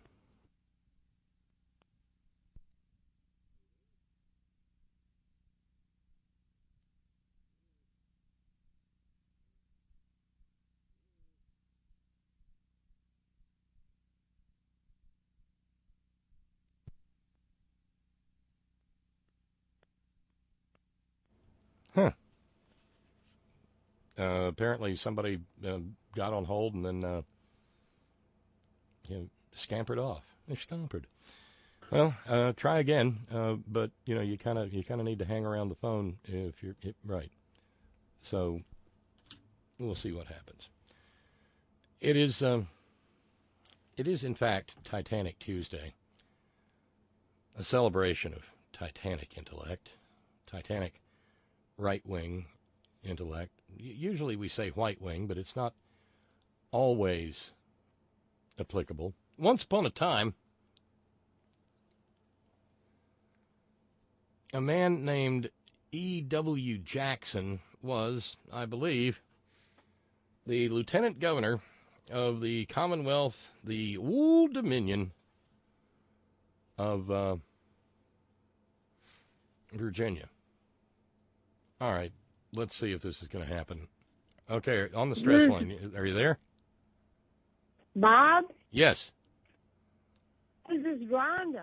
Well, hey, Rhonda, how are you? I'm doing great. How you doing? Oh, pretty good, I think. Was that you a minute ago? I didn't mean to hang up on you. I just kept Yes, hollering. Are you? It really, it was. Yes, yes, Okay. yes. Okay.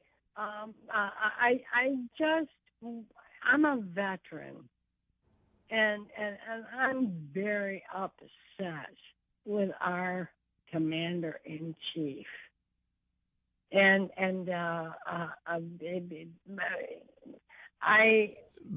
to be fair, from. Rhonda, he's the commander in chief. The way I'm the emperor of the space forces of the amorphous, multi-limbed people of Norblap 9. Okay, I mean, he is a mockery of a commander in chief. But yeah, let's go from there.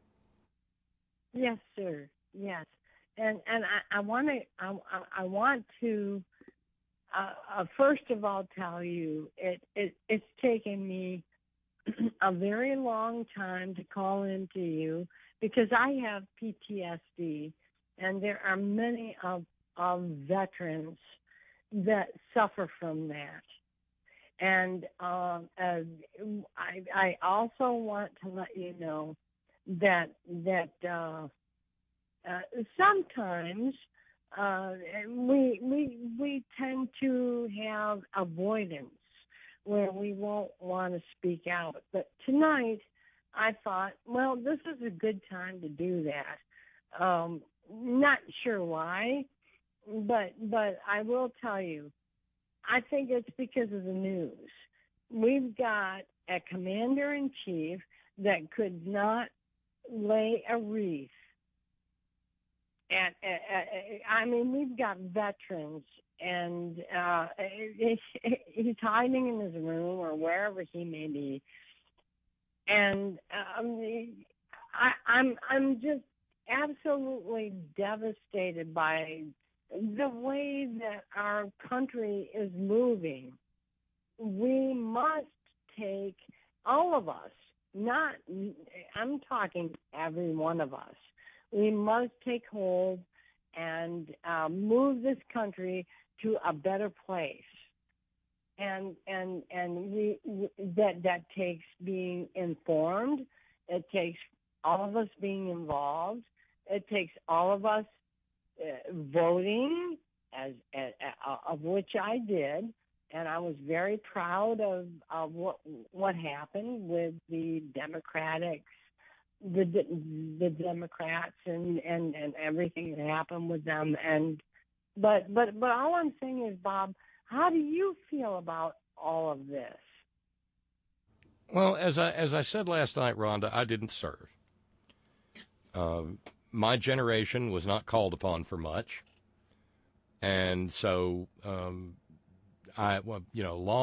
time ago, I took a run at trying to get into the Naval Academy, and then I decided maybe it wasn't the right thing for me to do. Wow. Why didn't you go into the Naval Academy? Because Ronald Reagan had just been elected president, and I didn't want to. I didn't think that I could ever serve under a human monster like he was. Yeah, he did a lot of deregulation, which affected our Social Security, even to this day. I don't think a lot of people realize that. You can't have Trump without having Reagan. Okay, he's the father of all the vile hatefulness that infects the Republican Party today. Moral majority comes along at the same time, and they enter into an unholy alliance, even though Ronald Reagan was never much in the way of being a Christian.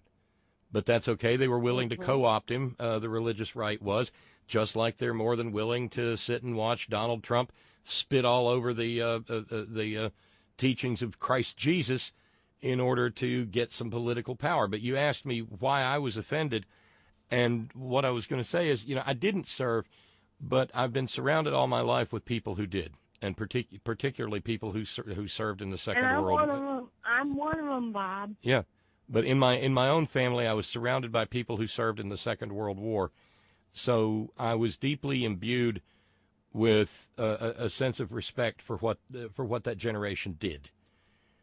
And as a consequence, and I was taught my history, and I learned, as I said last night, what went on at Belleau Wood and in the Somme campaign, and I know what the sacrifices were, not only of American service personnel, but of British and French as well, and Italian. And as a consequence of that, to see the utter disrespect and the absolute disdain. This is a man who couldn't even go and lay a wreath at Arlington because it was supposed to rain at 5 o'clock in the afternoon. And he's sickening. And, maybe Rhonda, maybe 10 years from now, or maybe sooner, we'll get some tell-all books talking about how there were times that they just couldn't let him out of the White House because he was a gibbering maniac who was liable to tear his clothes off and wave his penis at the crowd or something. Maybe we'll find that out. I suspect that may be true. He spent all day yesterday, all day Veterans Day, locked away in his little bedroom, tweeting furiously at his perceived political enemies. The man's not screwed down, Rhonda.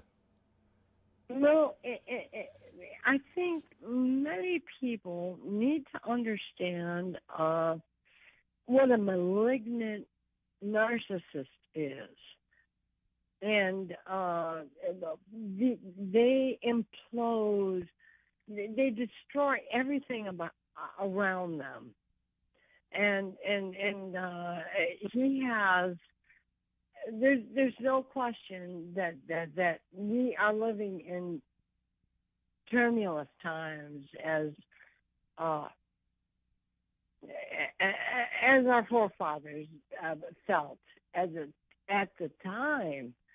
But the reason I called you, and really it took a lot for me to do that. And I respect that, Rhonda, and take all the time you need. I try to be as solicitous as I can, because I know that sometimes it takes courage to call a program, but I'll try to make it as easy as I possibly can. Well, you're incredible. You are, and to me, you are incredible, and I know everybody that adores you feels the same way. But aside of the fact that you're very likable and wonderful and everything that people who listen to you adore, and people who are afraid to speak out probably say, God, that's a wonderful guy. And he speaks everything that I'm thinking. And I'm certain there are many people out there that are thinking that and going, oh, yay, yes, that's true. The reason really that I called is because this is a really pathetic, disgusting period in our time where we have a commander-in-chief, and I'm a veteran. Okay, so, and aside of that, not so much, but aside of that this person, I really believe, honest to God, I really do believe this. He's got an alien brain that is not like our brain. Okay, this man has been privileged from the time of birth, and I had everything given to him. Never learned how to socialize. Never learned how to Bob. He never learned how to deal with people, and we've got this person in charge of our country. For God's sakes, this is very scary times. If there aren't anybody, I can't imagine. And I still wonder how people can go to these rallies and scream their USA or whatever they're doing, and all these weird things we're seeing on the news. I have never, in my lifetime, seen the intensity of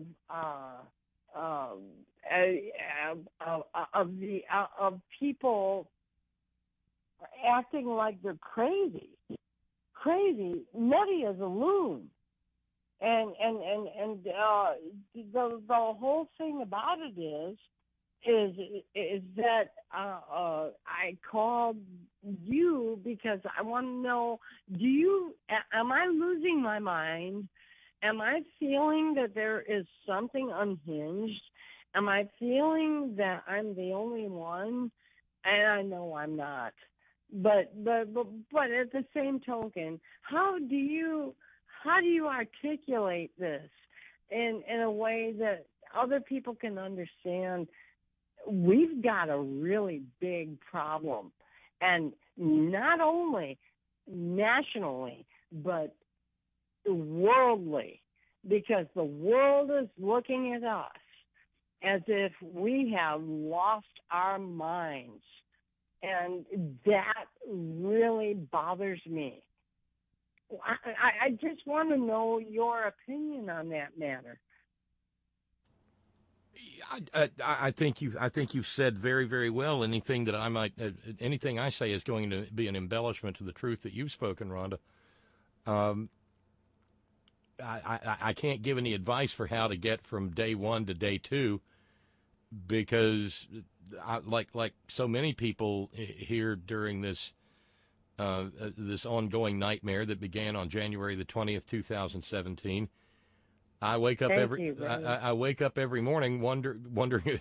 I go to sleep at night wondering if we're all going to wake up all dead some morning because he's had a Twitter frenzy and decided to nuke the planet. Yeah, but wait a minute, Bob.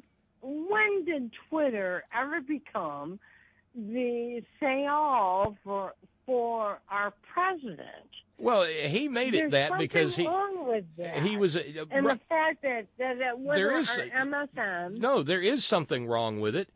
The official pronouncements of the president should not come over a social media platform that is, for all intents and purposes, a sewer. I mean, I play on Twitter, sure, God, but yes. It's a sewer. It's become. He made it that. And Bob, you know that's true. Because people in general will tweet or do whatever they do, whether it's Facebook, Twitter or whatever, say whatever they're going to say. But overall, there's a lot of great, wonderful people out there.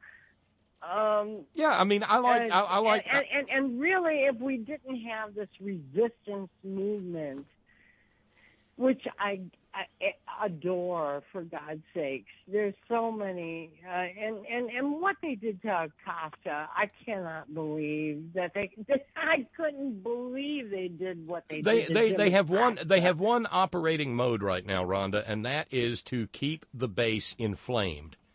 Now, their base is about 33% of the American people. Thank you. Very small percentage. But they're crazy. Crazy as a loon. But they showed in 2016 that with a little help from their tovarishes, they could eke out a victory. And they're hoping they're hoping that they did. They're hoping they can do the same thing again. Because the thinking goes that ain't gonna happen. The thinking goes that if you start out at 33%, then all you got to do is get another 17.1%, and you're in. And honestly, God, I don't think that's going to happen, Bob. Yeah, but just hold on here, because 90% of Republicans approve of the job that Donald Trump is doing. Yeah, but you better think about this for a minute. When he did that tax cut, they made a lot of money. And everything is about money. And when they made that tax cut, those people, the majority of them are millionaires and billionaires, and they were so happy about it. And let's talk about the lower percentage, which is the 82 and beyond us. We're going to go. We're going to go for. Let's just grab a percentage. 80% down. Americans who work every day and toil and drive trucks, work hard, pound nails. Those people are never going to see their tax cut, never like that uppercut. And he knew that. And the whole thing about it was a scam. And if what blows my mind is that there are Americans that have not figured that out yet. It's like, please, people, figure out that was a scam. And yet you got people going to his rallies with these little red hats going screaming USA, USA, and he uses these things like immigration and all these things that get people worked up. My God Almighty, for heaven's sakes, immigrants are the last of our worry. We as Americans, we don't have to worry about these people coming up, and all of a sudden, mysteriously, the caravan is not an issue. We haven't heard from it. We don't even hear about it on the news. And a lot of Americans... Wait, Rhonda. The caravan was never an issue. The caravan was never even a real thing. Never. But now we've got God knows how many thousands of American service personnel who will pass Thanksgiving and Christmas away from their families. Thank you, brother. Thank you, brother. Staring out into the wastes of the Southwest desert, waiting for a threat that was never a threat to begin with, and was only a political prop to whip up a bunch of people who are dumber than damn dirt, so as to try to save his ass. And instead, he got his ass handed to him. For you. And let me tell you something. They're eating MREs, they say. Why can't they drive food trucks down there? We're in America, baby. Right. It's not like they're in a war zone. But then again, Rhonda, if you were giving them tacos or whatever they want. If you recall, though, Rhonda, back during the reign of error when George W. Bush attacked the innocent people of Iraq,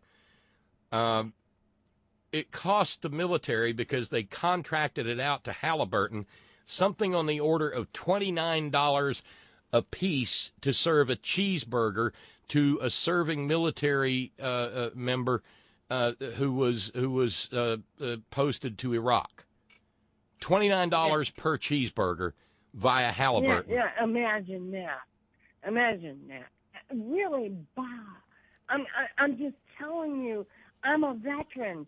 I cannot imagine. I saw the pictures there, and I was thinking, my God,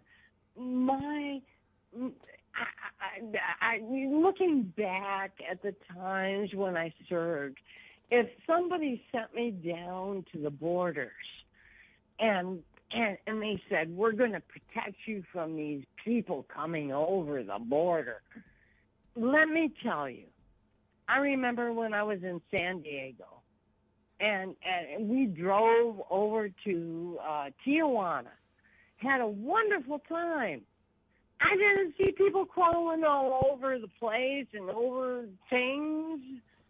And I don't remember a time where we were scared to drive over to Tijuana from California.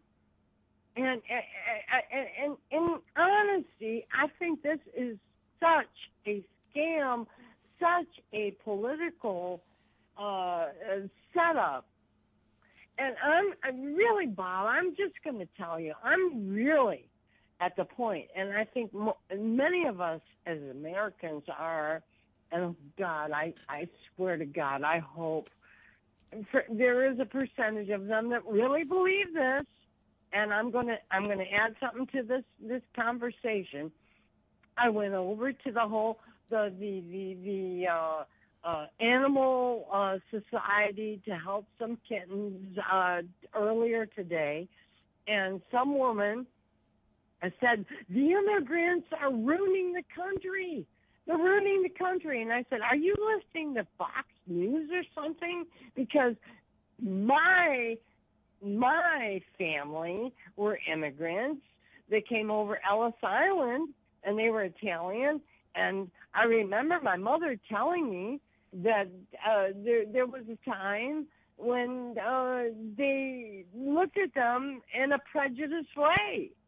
They were considered a dark skin, and they were considered low class, and kind of, but all of them became doctors, lawyers. They really did well for themselves. And the whole thing is, here I am arguing with this woman who's all of a sudden, I said, you must be listening to Fox News or Trump or whatever. Why are you so red-faced and flipping out over immigrants? For God's sakes, those are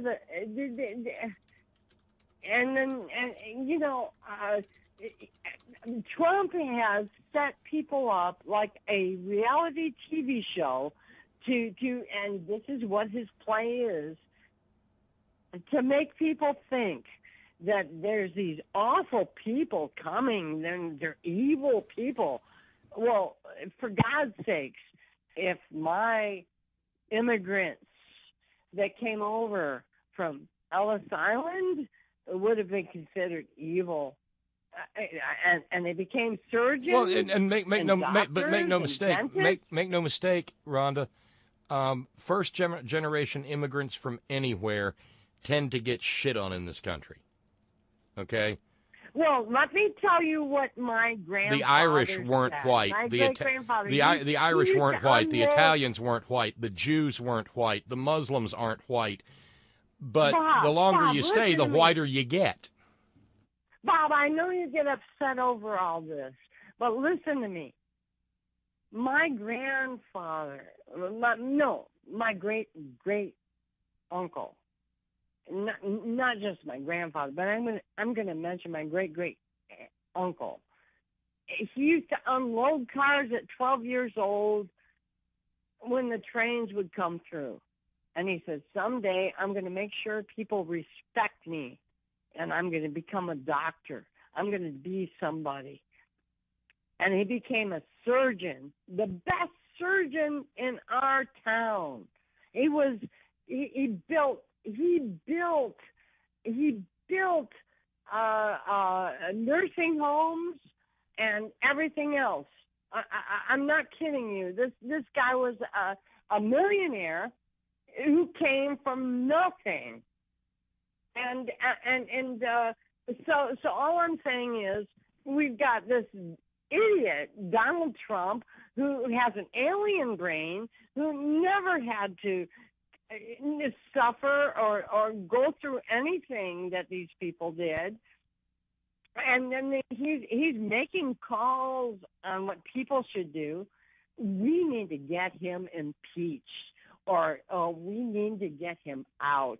He has no clue of the American way. The American way has everything to do with immigration, everything to do with anything that you can think of in America that made America great, whether it's people from Ireland, Scotland, Italy, it doesn't matter, Hispanic, it doesn't matter.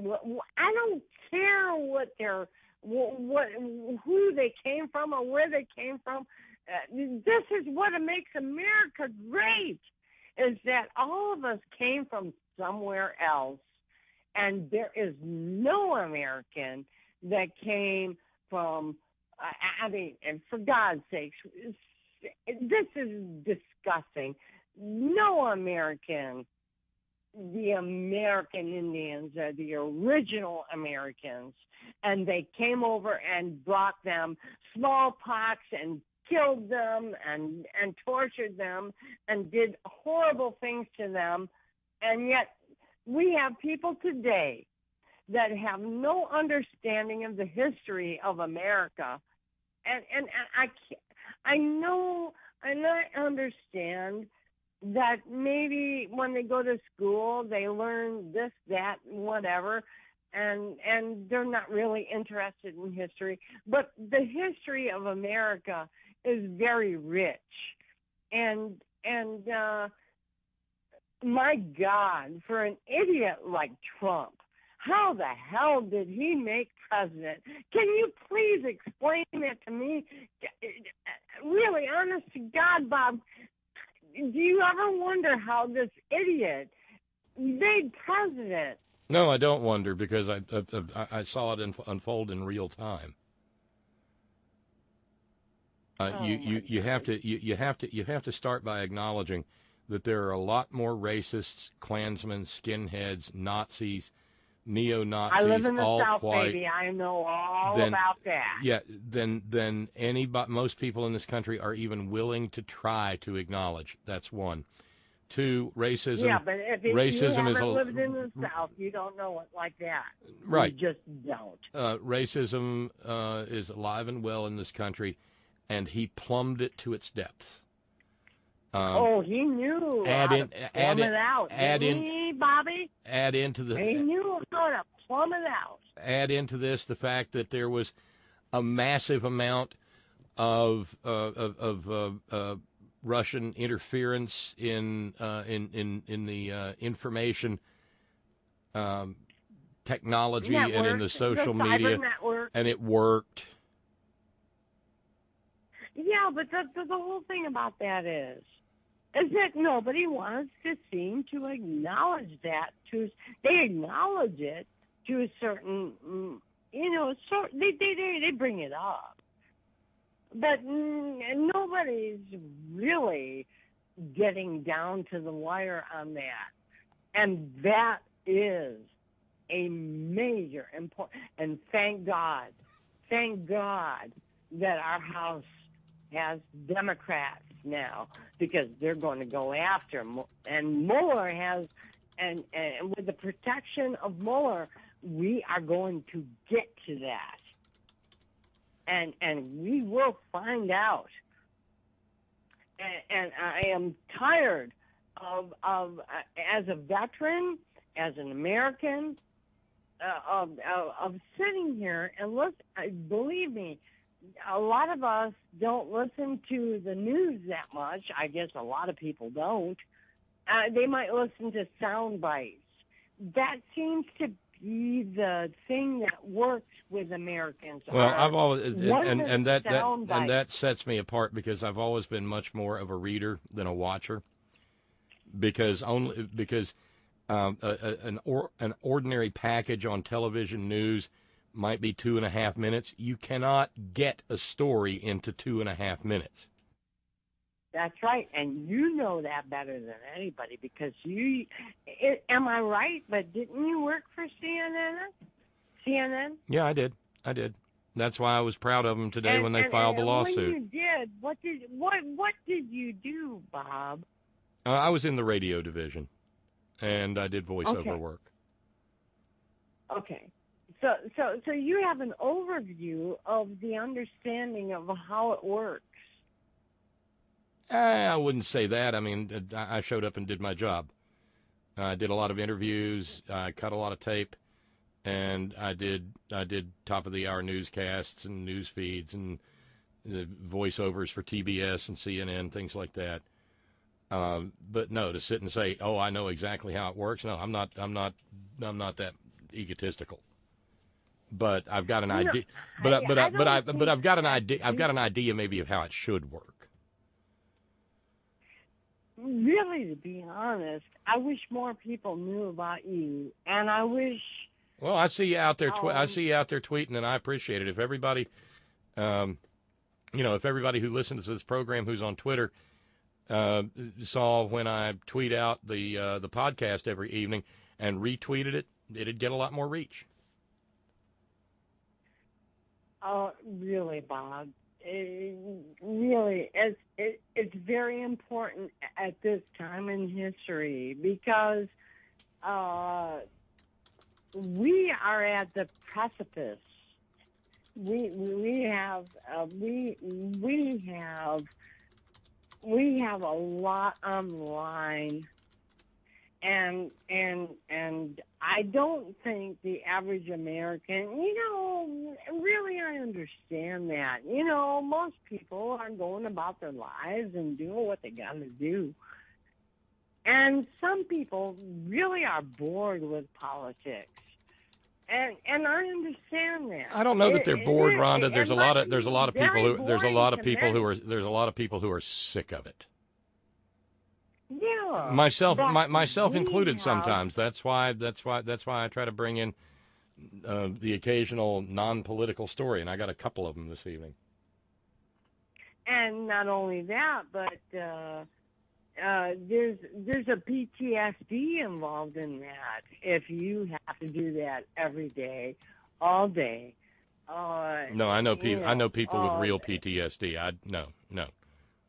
I just get disgusted.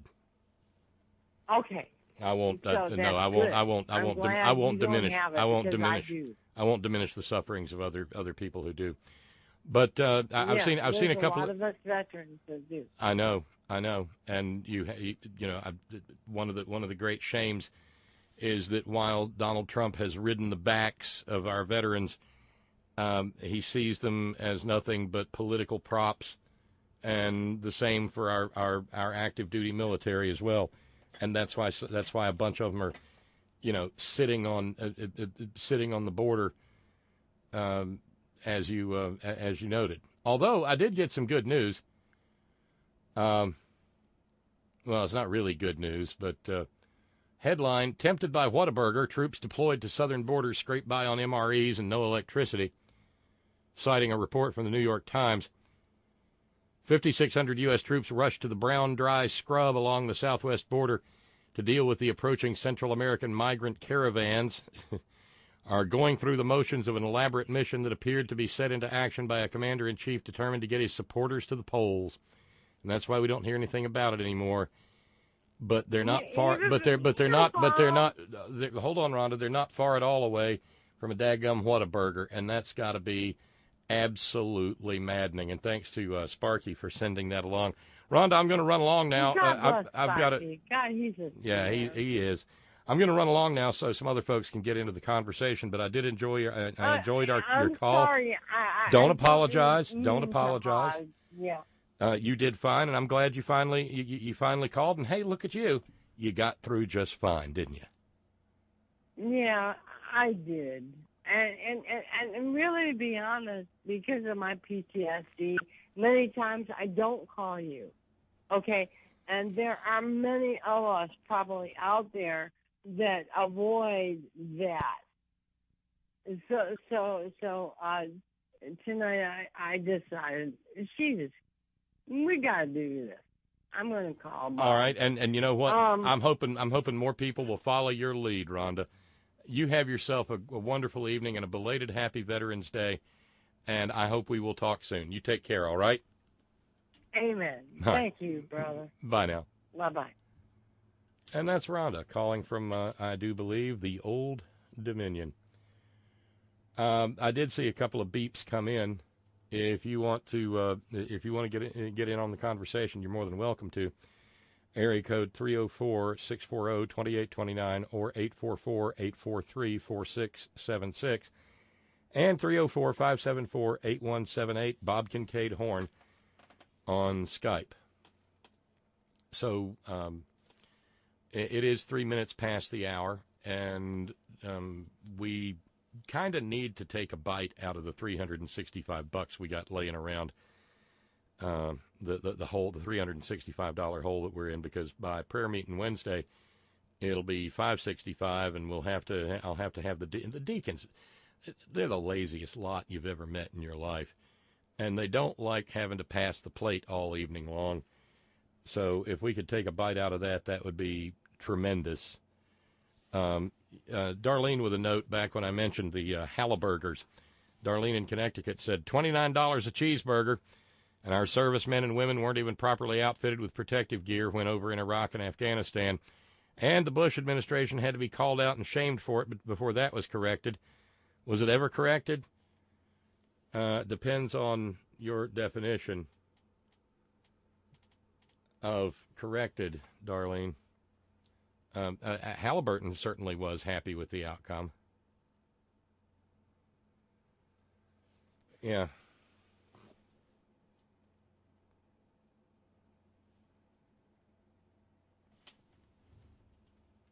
Oh, God, the conversation in the chat room. Give me a second here.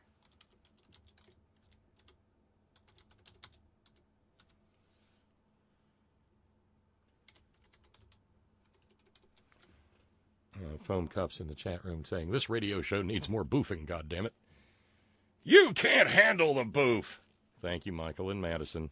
That one's evergreen. That's just evergreen. But back a little bit earlier, I had mentioned E.W. Jackson. This guy's a real Lulu. In a civilized country, we would chase him down with a net and a Thorazine dart and a blowgun.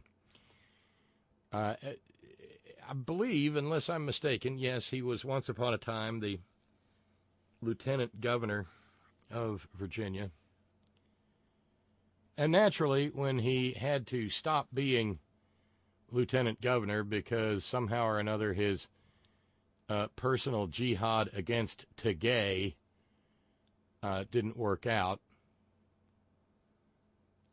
Well, wingnut welfare is wingnut welfare for a reason, and he got himself a radio program. And as I've mentioned before, the problem with doing white wing radio, even if you're an African-American man, as E.W. Jackson is, you still have to work at one-upping the Lulus with whom you are in competition.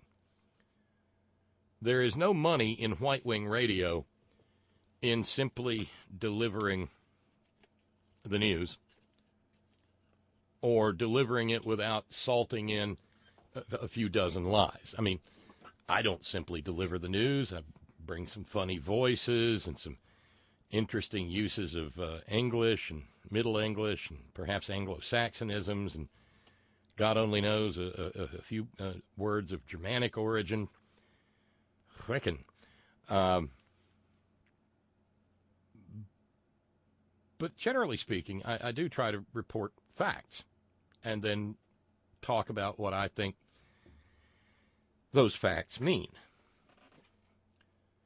This does not happen over in wingnut welfare broadcasting world.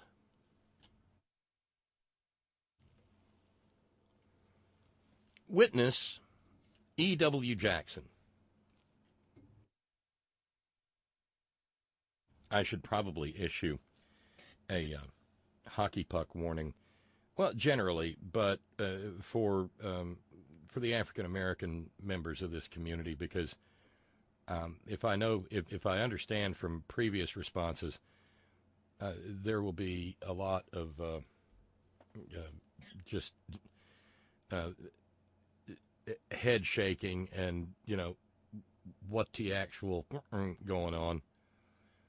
Oh golly. John with an email says, hey Bob, can you at some point talk about Article 5 in the Constitution? There are some Democrats saying that if Republicans open up an Article 5 convention, they can then rewrite the Constitution. I read Article 5 several times, and it does not seem to indicate that. John, if you want to, sometime when you've got some time, call in and we'll work through it together, because it can get powder dry. Or better yet, maybe, because Dr. Bill and I have done this extensively from time to time, but I can't begin to tell you where it would be in the archives. Maybe I need to get Dr. Bill involved in this too. let me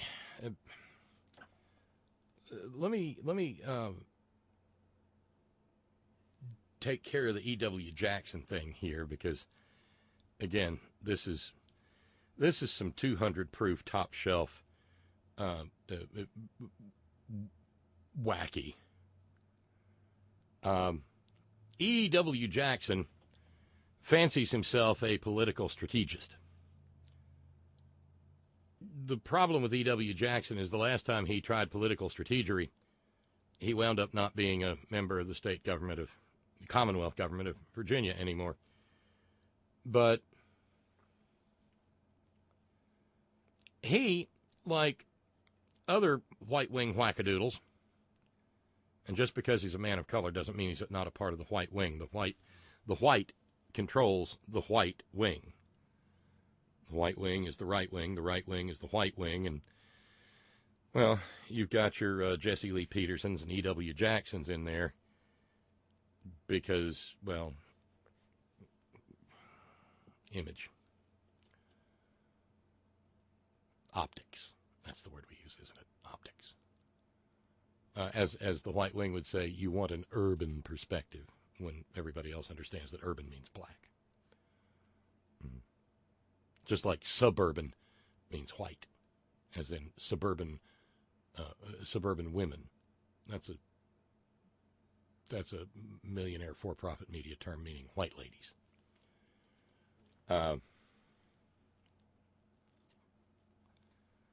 No, E.W. Jackson took to the radio today, last week,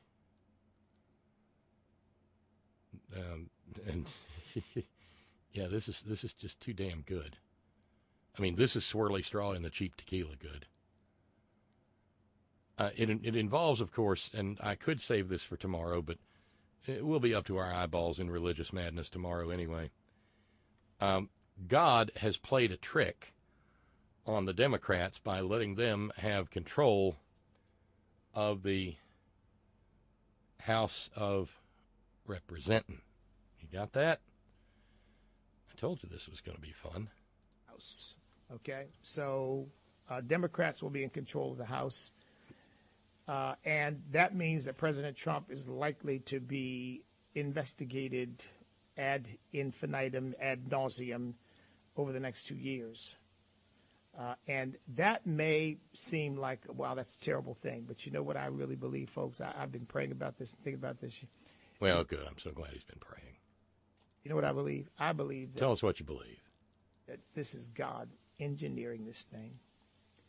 Because I believe that these leftists have gone so far off the deep end. Mm-hmm. Leftists so far off the deep end, you know. They were there all during the election cycle chanting, workers of the world, unite. You have nothing to lose but your chains. And the machine of the machinery of capital is oiled with the blood of the workers. And yelling, to the barricades, to the barricades, to the window, to the wall. Yeah. These leftists. That putting them in the spotlight, giving people like Maxine Waters and Nancy Pelosi and that whole crowd an opportunity to be seen for who they really are. Is this guy on terrestrial radio? Does he come with a warning? Do not listen while operating heavy machinery. You may drive it into a ditch or a phone pole. I mean, it's 13 minutes past the hour here, and I mean, you know, it's not like I start fading. No, but I'm feeling a little sleepy. Oh, better bring the heat or something, EW. I mean, that's what it is. It's hypnotism. That's what it is. Hypnotism. And what they really stand for is going to make 2020 a rout. Mm-hmm. Yep. Democrats out there being all law and order and the president's not above the law is going to wind up making 2020 a rout, and the Republicans are going to take all 435 seats in the House of Representatives, and then Jesus can come back or something. I don't know. You know, tequila may not be strong enough. That the American people, not these far-left crazy elites who think that they know what's best for everybody, their status, they're essentially elites. Far-left crazy elites. How much you reckon old E-Dub's pulling down every year in wingnut welfare? Because I'm guessing it's been a long time since he ate beans and rice for supper every day. I'm guessing it's been a long time since old E-Dub had that classic Republican menu of oatmeal, skip a meal, and miss a meal. You know, the Republican 3 meals a day.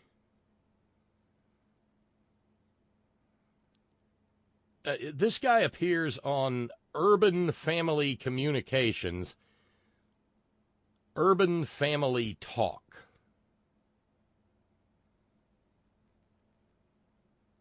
Huh. Wonder if this is like the black Americans, both of them, for the president's agenda that ran those racist ads in Arkansas and St. Louis. I wonder if the same people are behind that. Well, we just don't know, do we? Marxists. They're essentially socialists. They're essentially atheistic secularists. Well, he got him a bunch of adjectives, don't he? But they think they know what's best for everybody. And as the country sees... You know, that is a hilarious fucking statement coming from a guy who wants to control every uterus in the United States. They think they know what's best for everybody, these Marxist, atheistic, socialist. They know what's best for everybody. What about the precious little fetuses? Make sure the pregnant ladies stay pregnant till they give birth to the babies, and then we won't give a fuck about the babies. And what you gotta do is take the roofie and you put it on the pudding pop and... Never mind.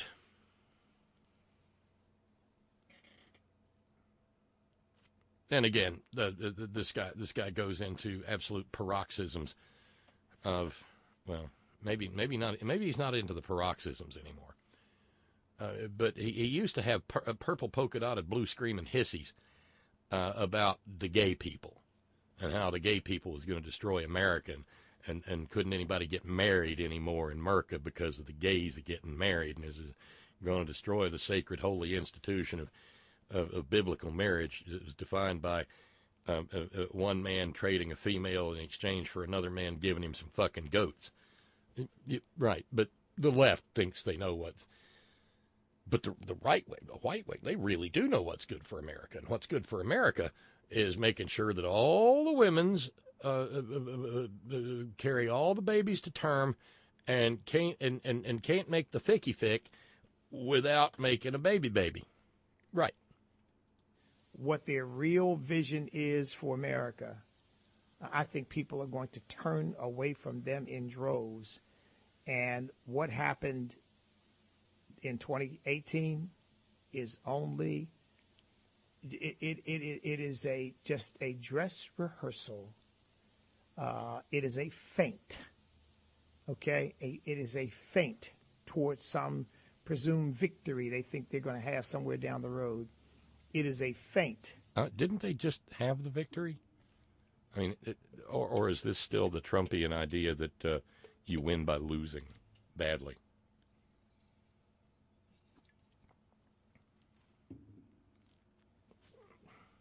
It's just a lot of work. Earther, 435. I thought the GOP was going to get 736. On E.W. Jackson's show, are people allowed to call each other Urban? What's up, Urban? Or what's up, Irby?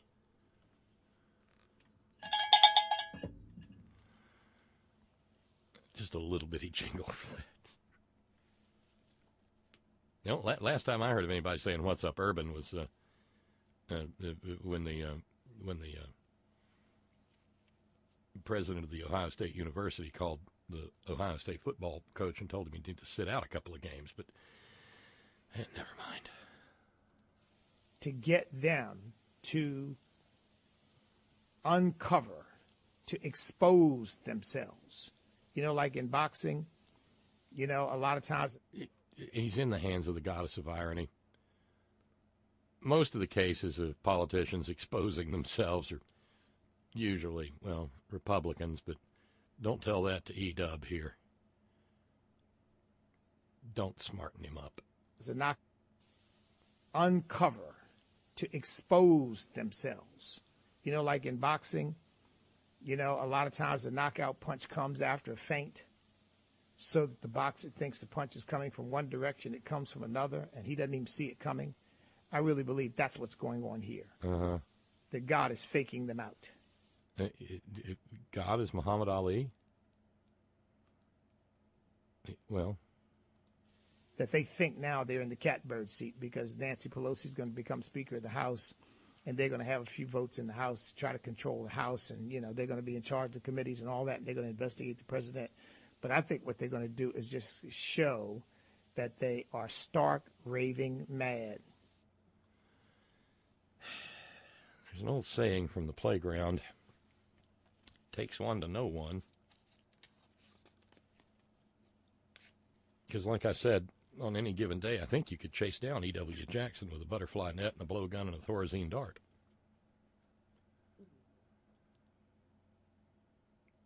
God is faking out the Democrats. Yeah, God's going to juke Nancy Pelosi right out of her pumps and run a wheel route toward the end zone. Woo-wee. I'm telling you. But you get a sort of an idea listening to a clown like this of where what passes for their minds are. They don't realize they have a problem. They think somehow or another there was an aberration that led to, and not a whole bunch of hard work, that led to this massive House victory.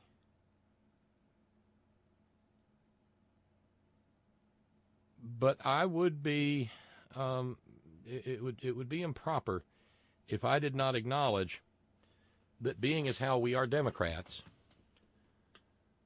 or being as how Democrats are Democrats, there is every possibility in the world of snatching defeat from the jaws of victory. I return to something I've been talking about, namely these seemingly incessant cries from people who really don't have a really particularly high-quality understanding of process. That by God, come January, we start the impeachment hearings right then and there. I mean, I guess that would be fun, but I'm so spoiled by the idea of actually working with facts that I would far rather see a whole bunch of investigations take place, just as old E-Dub here mentions. I'd like to see Maxine Waters issue a ream of subpoenas. I'd like to see subpoenas flying out of Elijah Cummings' committee on carrier pigeons if necessary. I'd like to see Gerald Nadler dig and dig and dig until he's living inside of Donald Trump's skull every time his little eyes close. His beady little eyes.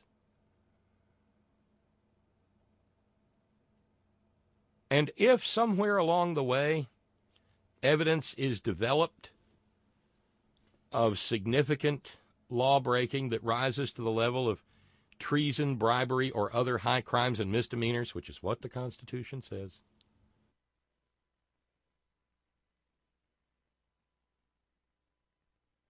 then maybe impeachment is appropriate.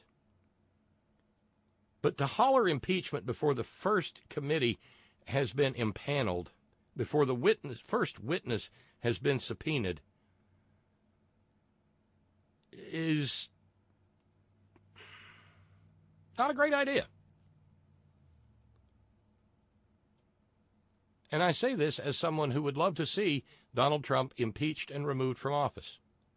But I have to take into account the time frame. All these investigations that we want to see are going to take months. I will probably be complaining about the coming of propane season again before any of them have reached anything resembling a conclusion. In other words, a year. Or from the moment that this Congress is sworn in, a good 10 or 11 months. And then, after the passage of another month or two, it'll be 2020, and we'll be back in full-on, hardcore, sweat condition alpha campaign mode. And the House will be trying to save itself again. Our majority will be trying to save itself. And we'll be having what I hope are earnest conversations about how to take away every goddamned Republican seat that's up for re-election, and that's 20 of them. And preserving every Democratic seat, and that's something like 13 of them.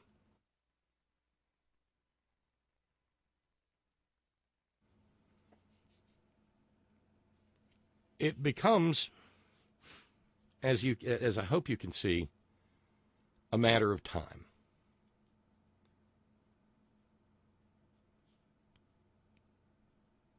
And don't think the American people will let Democrats away the way they did with the Republicans when the Republicans impeached Bill Clinton. It was a bullshit impeachment. And the conventional wisdom says, oh, the Republicans paid a price in the next election. I don't remember in 2000 the Republicans losing the House of Representatives or the Senate.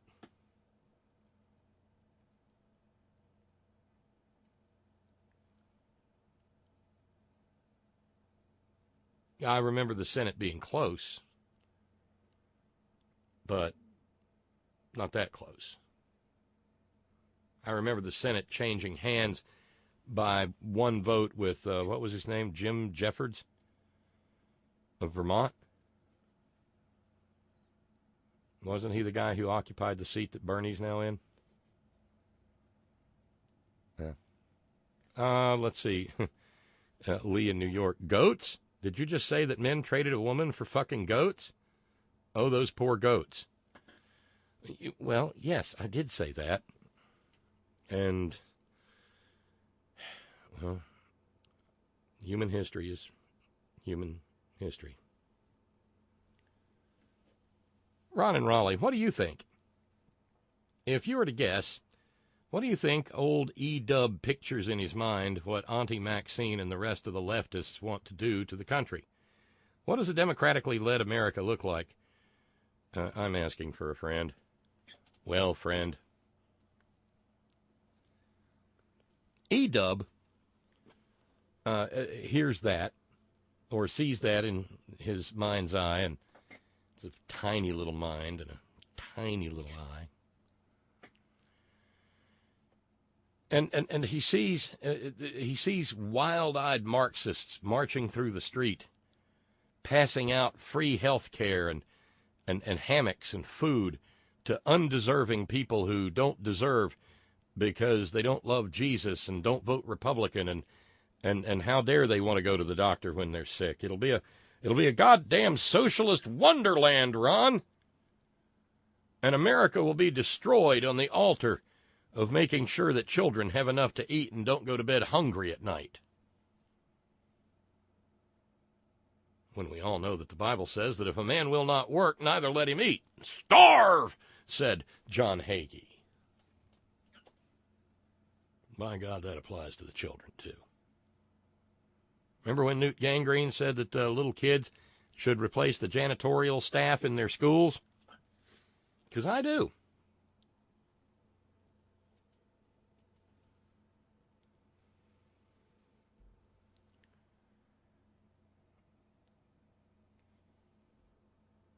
So as if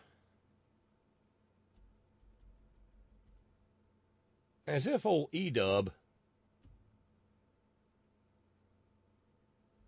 wasn't enough, this is, after all, Titanic Tuesday.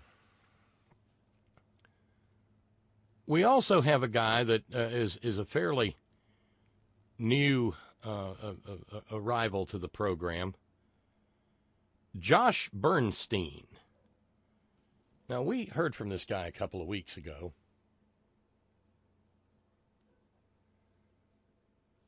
And apparently he hasn't gotten any better, and the meds haven't kicked in. He has declared, and you're going to hear it with your own ears, there's a reason I don't just read these quotes. I don't want to be accused of taking him out of context. He is all head up over something that voters did in the state of Washington. It was called Initiative 1639. It raised the age for being able to buy a semi-automatic rifle to all of 21 years. It also said that if you want to buy a semi-automatic rifle in the state of Washington, you need to pass a background check. You need to take a safety course.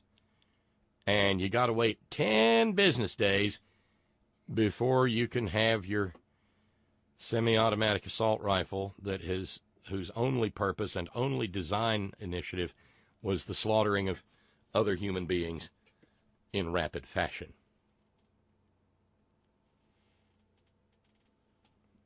Now, Initiative 1639 didn't have a damn thing in it about coming to take our guns or anything remotely resembling it. So that takes us to Josh Bernstein. Get the hockey puck. I mean, is that when you hear this, you're going to have to ask yourself, and this is, string your thoughts together, Bob. Keep it together, keep it together, keep it together, kid.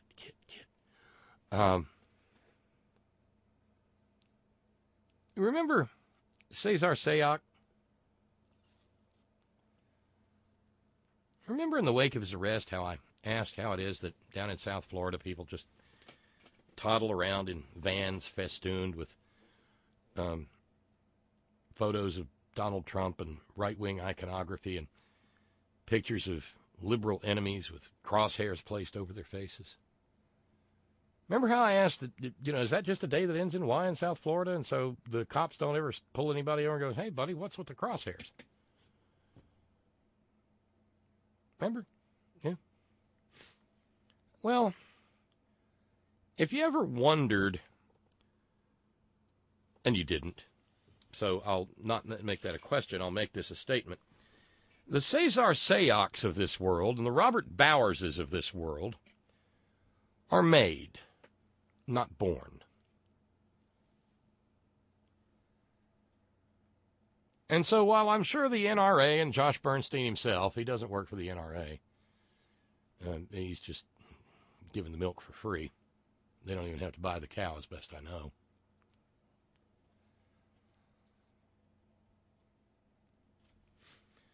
Well, if somebody was to show up and say, "Hey, Joshy, maybe you might want to think about couching your arguments in slightly different form," they would howl like stuck pigs. Well, you're taking away our First Amendment rights. Well, here's the First Amendment, our fetishized version of it at work. If they try to go door to door to confiscate law-abiding citizens' guns from them to comply with this flawed and unconstitutional initiative, there's going to be bloodshed. Now, wait, there's going to be bloodshed. Like, Calls to mind that wonderful scene from the first Men in Black movie. You can have my gun when you pry it from my cold dead fingers. Offer accepted. And then, the bugs wandering around Manhattan in an Egger suit. Want a sugar water. There's going to be bloodshed, Josh Bernstein says. Now, he's absolutely fixated on the idea that this Washington State initiative means that people are going to have their guns taken from them. Again, there is nothing in the law about that. It just says that you got to wait 10 days to get your weapon of mass destruction, and you need to be 21 years old, and you need to have a background check, and, you need to, again, go through a safety course so that maybe you won't freedom protect yourself. Happens. Gun just went off.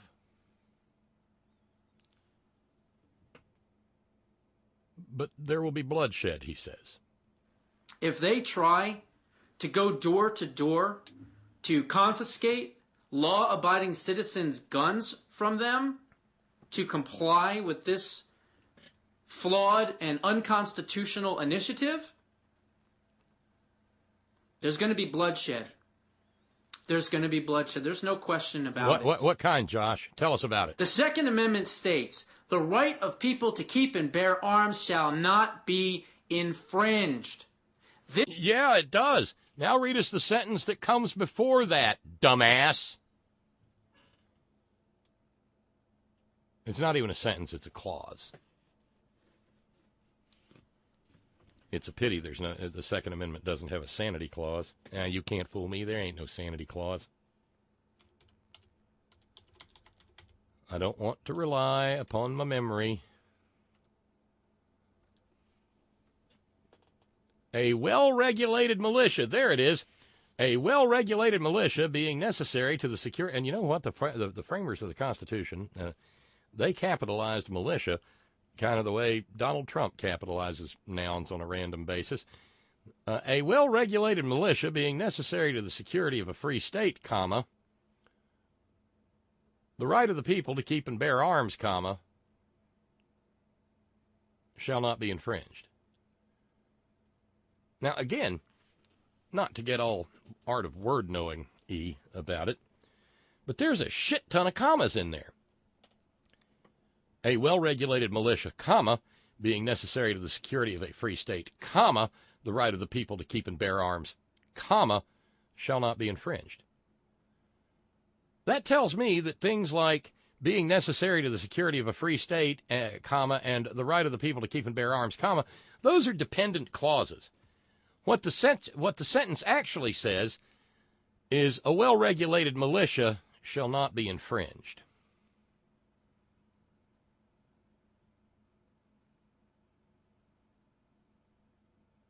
But old Joshy here, well, Joshy's obsessed with that dependent clause, the right of the people to keep and bear arms shall not be infringed. So that two entire clauses just go by the boards. And look, if you're a gun goober, I guess that's what you want to hear. But if you've got any kind of passing interest in the facts, not so much. Back to Joshy. There's going to be bloodshed. There's no question about it. The Second Amendment states, the right of people to keep and bear arms shall not be infringed. Is this the part of the program where I should probably mention that Josh Bernstein is shaved smooth up top? That he looks surprisingly like people that are often referred to as skinheads, who are often associated with the most violent elements of neo-Nazism and racism.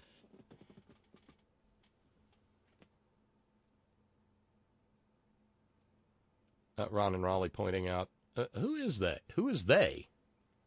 This is the slippery slope argument. Any laws governing the ownership of guns is just the first step in confiscation. These people are truly without sane. That's a nice linguistic construction there, Ron, and you have my undying respect for it. They are without sane.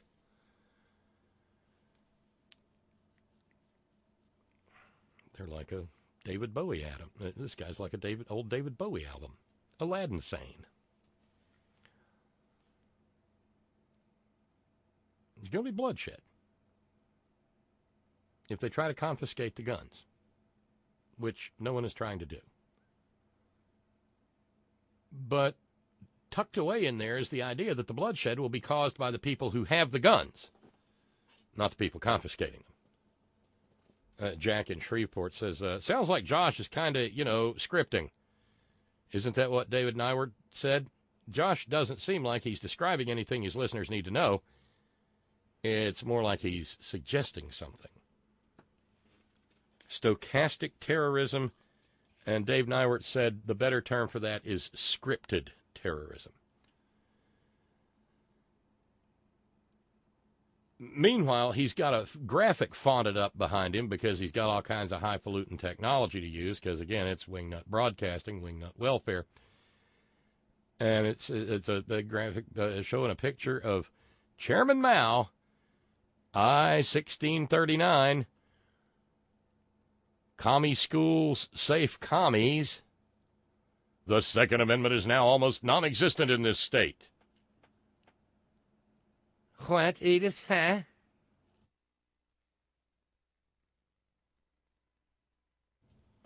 Oh, let's continue. This infringes upon people's rights to have access to a gun. Here's the problem. Well, okay, the basic problem is that Josh Bernstein's a goddamn idiot. But even the Heller decision, in the Heller decision, Fat Dead Tony Scalia said that there is nothing in the Second Amendment or the Constitution that prevents states, counties, municipalities from passing laws regarding ownership and possession of firearms as long as they pass constitutional muster. This is a reasonable initiative in the state of Washington. But we're not done. And to exercise their Second Amendment rights. Many Washington state gun owners will and should defy, that's right, defy Initiative 1639. Here's the funny thing. How are they going to defy it? You can challenge it in court. I'm sure it will be. And we will have the NRA to thank the next time somebody, and they'll maybe get an injunction against the implementation of 1639. And while the injunction's in effect, maybe somebody that Josh Bernstein has whipped into a white, and I do mean white hot frenzy, will shoot up a school or a movie theater or a shopping center or a synagogue or a mosque or a church.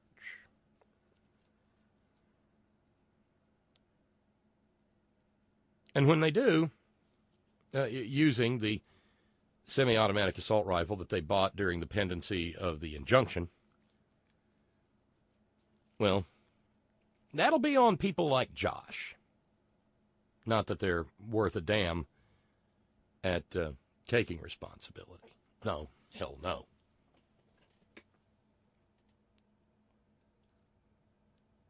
But he wants them to defy the ban. And it's not even a ban. It's a limitation on purchase. So what's he want people to do? Go to the counter at Cabela's there, or Jim Billy Joe Bob's Guns R Us, and say, I want to buy me an AR-15 and about 1,000 rounds of ammunition. I know, wrong voice for Washington, but work with me. And the guy says, well, okay, we'll go through your... No, I ain't going through no goddamn paperwork. I want my gun. I got my money right here. I'm going to put the money on the table, and you're going to put the gun on the counter, and I'm going to take the gun away, and you're going to take the money. Because I is resisting Initiative 1639. Well, sir, I'm sorry, I can't do that. They'll take away our firearm. God damn it, I want my gun! And then he's going to do what? Shoot the poor schlub behind the counter?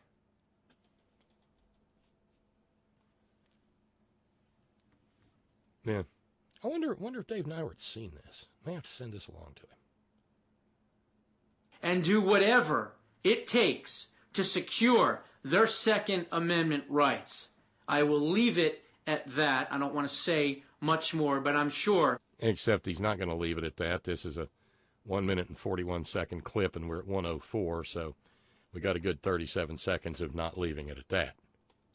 You understand and you can read through the lines. I am a huge supporter of the police and law enforcement. I don't think he's that huge. He looks kind of scrawny to me, but never mind. But when he starts saying what a supporter he is of law enforcement, you know there's a but.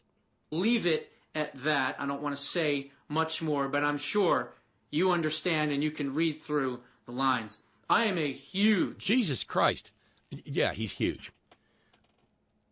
He's actually telling the Robert Bowerses and the Cesar Sayocs of the world exactly what he wants them to do by saying whatever it is that you infer from whatever I have said is what you're supposed to do.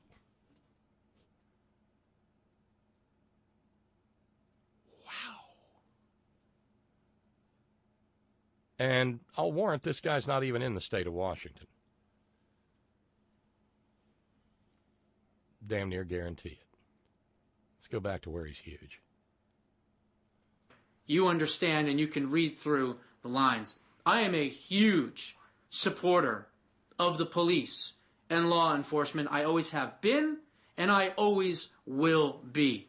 But I'll tell you right now, I won't shed one tear, not one tear, if I find out that an officer is wounded or killed trying to confiscate weapons from law-abiding citizens in any state. What the hell happened to Blue Lives Matter? I guess they don't matter that much if the Blue Lives are lawfully doing their job and they somehow interfere with this sick fucker's fetish.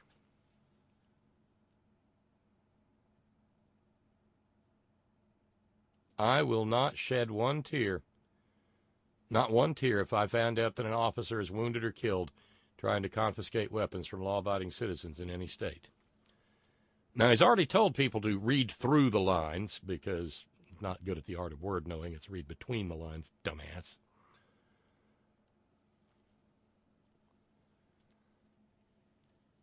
And so if he whips up somebody into a white, and I do mean white hot fury in Washington, and they start squeezing off rounds, hollering, the police is coming to get my guns. Well, Josh Bernstein has said that he's on the side of the Robert Bowers or the Cesar Sayoc. This is your First Amendment. Church it. Yeah.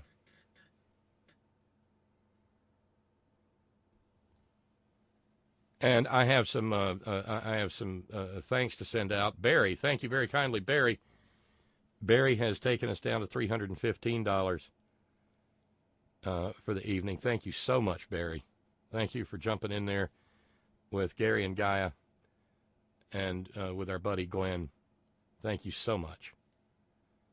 Another $15, another $20, and we're down below $300, and that makes it not quite as terrifying tomorrow. Thank you. Thank you, Barry.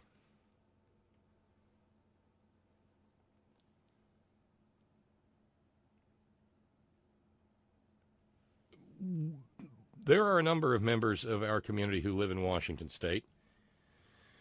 I'm sure they know far better than I about Initiative 1639. I would imagine if you were a member of the Horn Family Community Congregation, you went out and you voted in Washington State, you probably voted in favor of Initiative 1639. Because there is no particular infringement upon the Second Amendment by having a person wanting to buy the kind of weapon that you can use to slaughter lots of school children really quickly. There's no burden on the Second Amendment in making them wait 10 days so that we can find out if they're cray-cray. No burden whatsoever. And there's no burden upon the Second Amendment if the sale is declined because the individual has no business owning, say because they've got a history of domestic violence or a felony or repeated commitments for mental health issues. There's no burden to the Second Amendment in not letting that sale go through.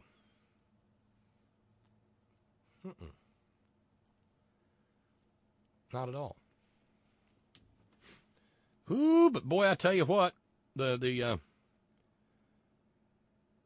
good God-fearing, upstanding, Bible-believing, Christ-centered, evangelical, fundamentalist, homosexual Christians down in Florida are right pissed off because in Florida they just passed a new law that allows felons to register to vote.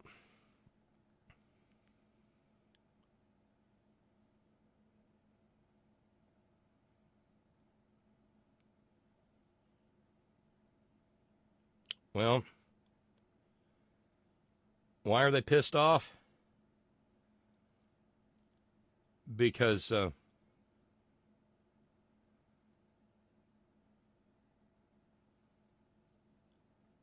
Nicholas Jacob Cruz,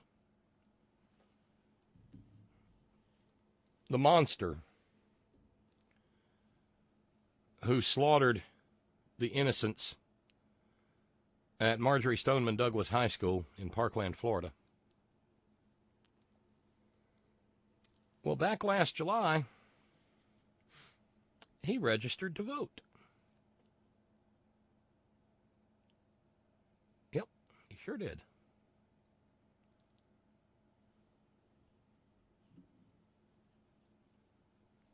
And he registered to vote. It'll come as no surprise to you, as a Republican.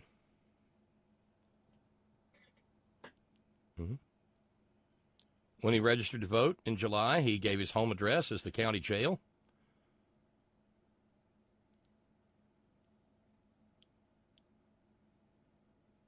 And he was entitled to vote because he is not yet a convicted felon.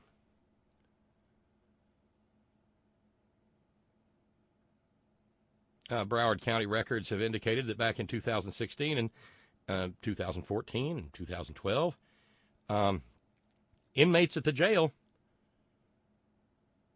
have voted in elections. The very same jail where Cruz is presently awaiting trial. Broward County Sheriff's Office spokesman Veda Coleman Wright said, "It's absolutely normal. It's his constitutional right. Nothing different happened this year from any other year."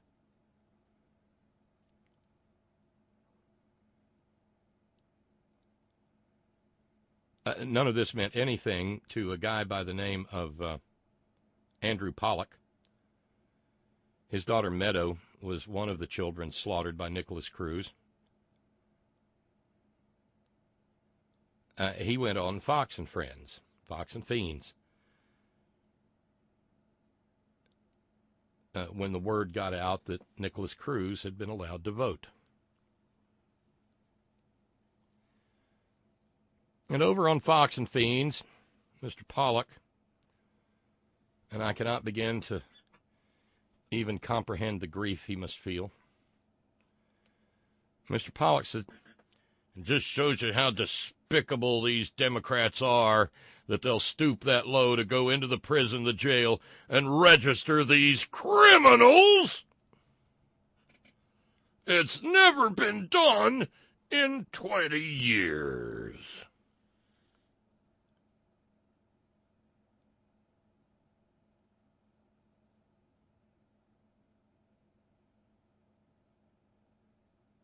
But he said, fortunately, the plan failed because there was a tip from deputies at the jail. and Broward County didn't send the inmates their ballots in time to vote. That's when the attack blonde, who apparently now sits between Douchey and Kilmeade, said, Katie Pavlich said, they probably shouldn't be voting anyway.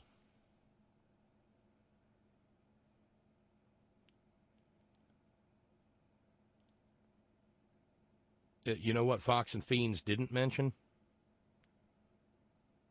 That yes, in July, as I mentioned, Nicholas Cruz registered as a Republican.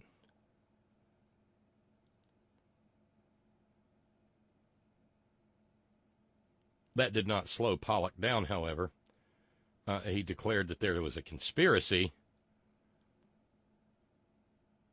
We're trying to steal the Senate election from Rick Skeletor Scott, the man behind the single largest Medicare fraud in the history of the United States.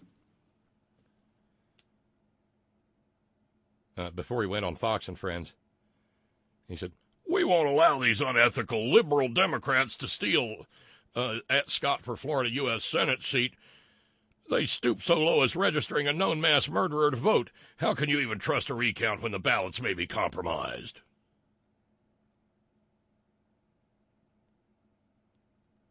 Again, failing to note that Nicholas Cruz had registered to vote as, a Republican.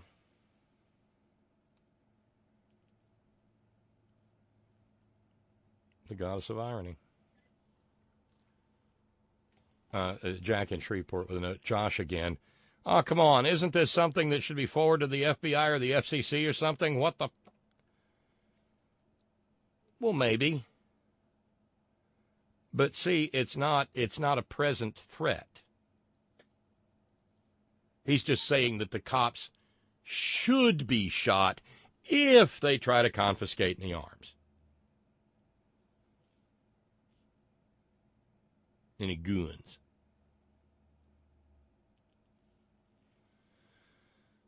So, under our fetishized understanding of the First Amendment, Josh Bernstein is protected.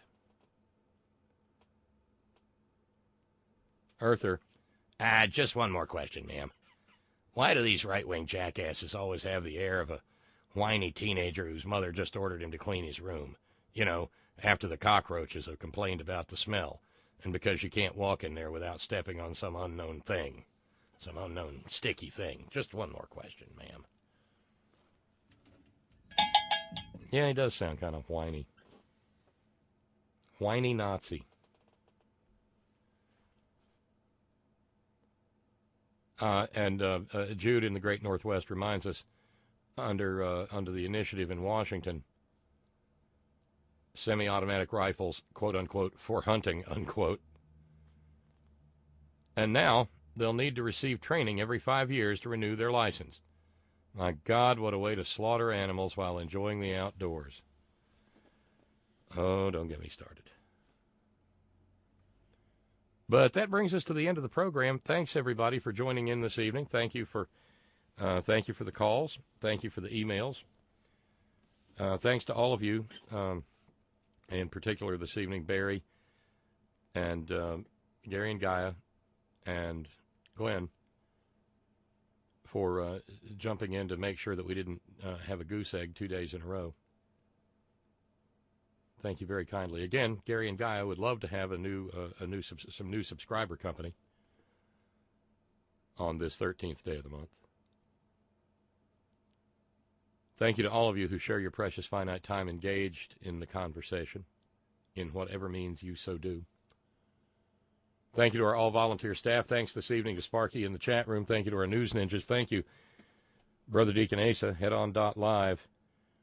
Listening live this evening from the Emerald Isle. Really enjoying the new 11 p.m. to 2 a.m. time slot. He's the Larry King of Ireland. No, he's not. I'm not. Really not. It'd be great to boost the Irish contingency of the Horn Family Community Congregation. Hey, thanks to David for a very, very kind email. Just to give you just to share it with you real quick. David wrote earlier, I'm reminded of how I found your show so long ago. I was sitting at my computer looking for a live stream to listen to while I did some housework, and I saw you on iTunes as a Southern liberal radio show person. I didn't even know such a thing existed, so I tuned in. At that very moment, you had a completely batshit caller going on and on about gays this and Jews that and those terrorist Muslims, blah, blah, blah. Bless your heart, Bob. You actually sat there listening to her unhinged insanity, and I sat there because I just wanted to see how it played out. Finally, she said she hoped you had a blessed day, because obviously she was a good Christian lady, and hung up. You were quiet for about 10 seconds before saying, I need a drink.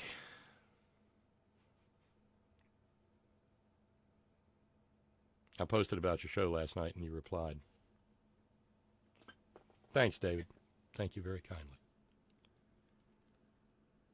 And thanks very kindly to John Fox in Australia. Thank you, Ben Birch, whiterosesociety.org. Thank you to the hardest working, bravest people I know, the men and women of Coal River Mountain Watch, crmw.net. And always, always, always, Gina, it's all for you. Later, y'all.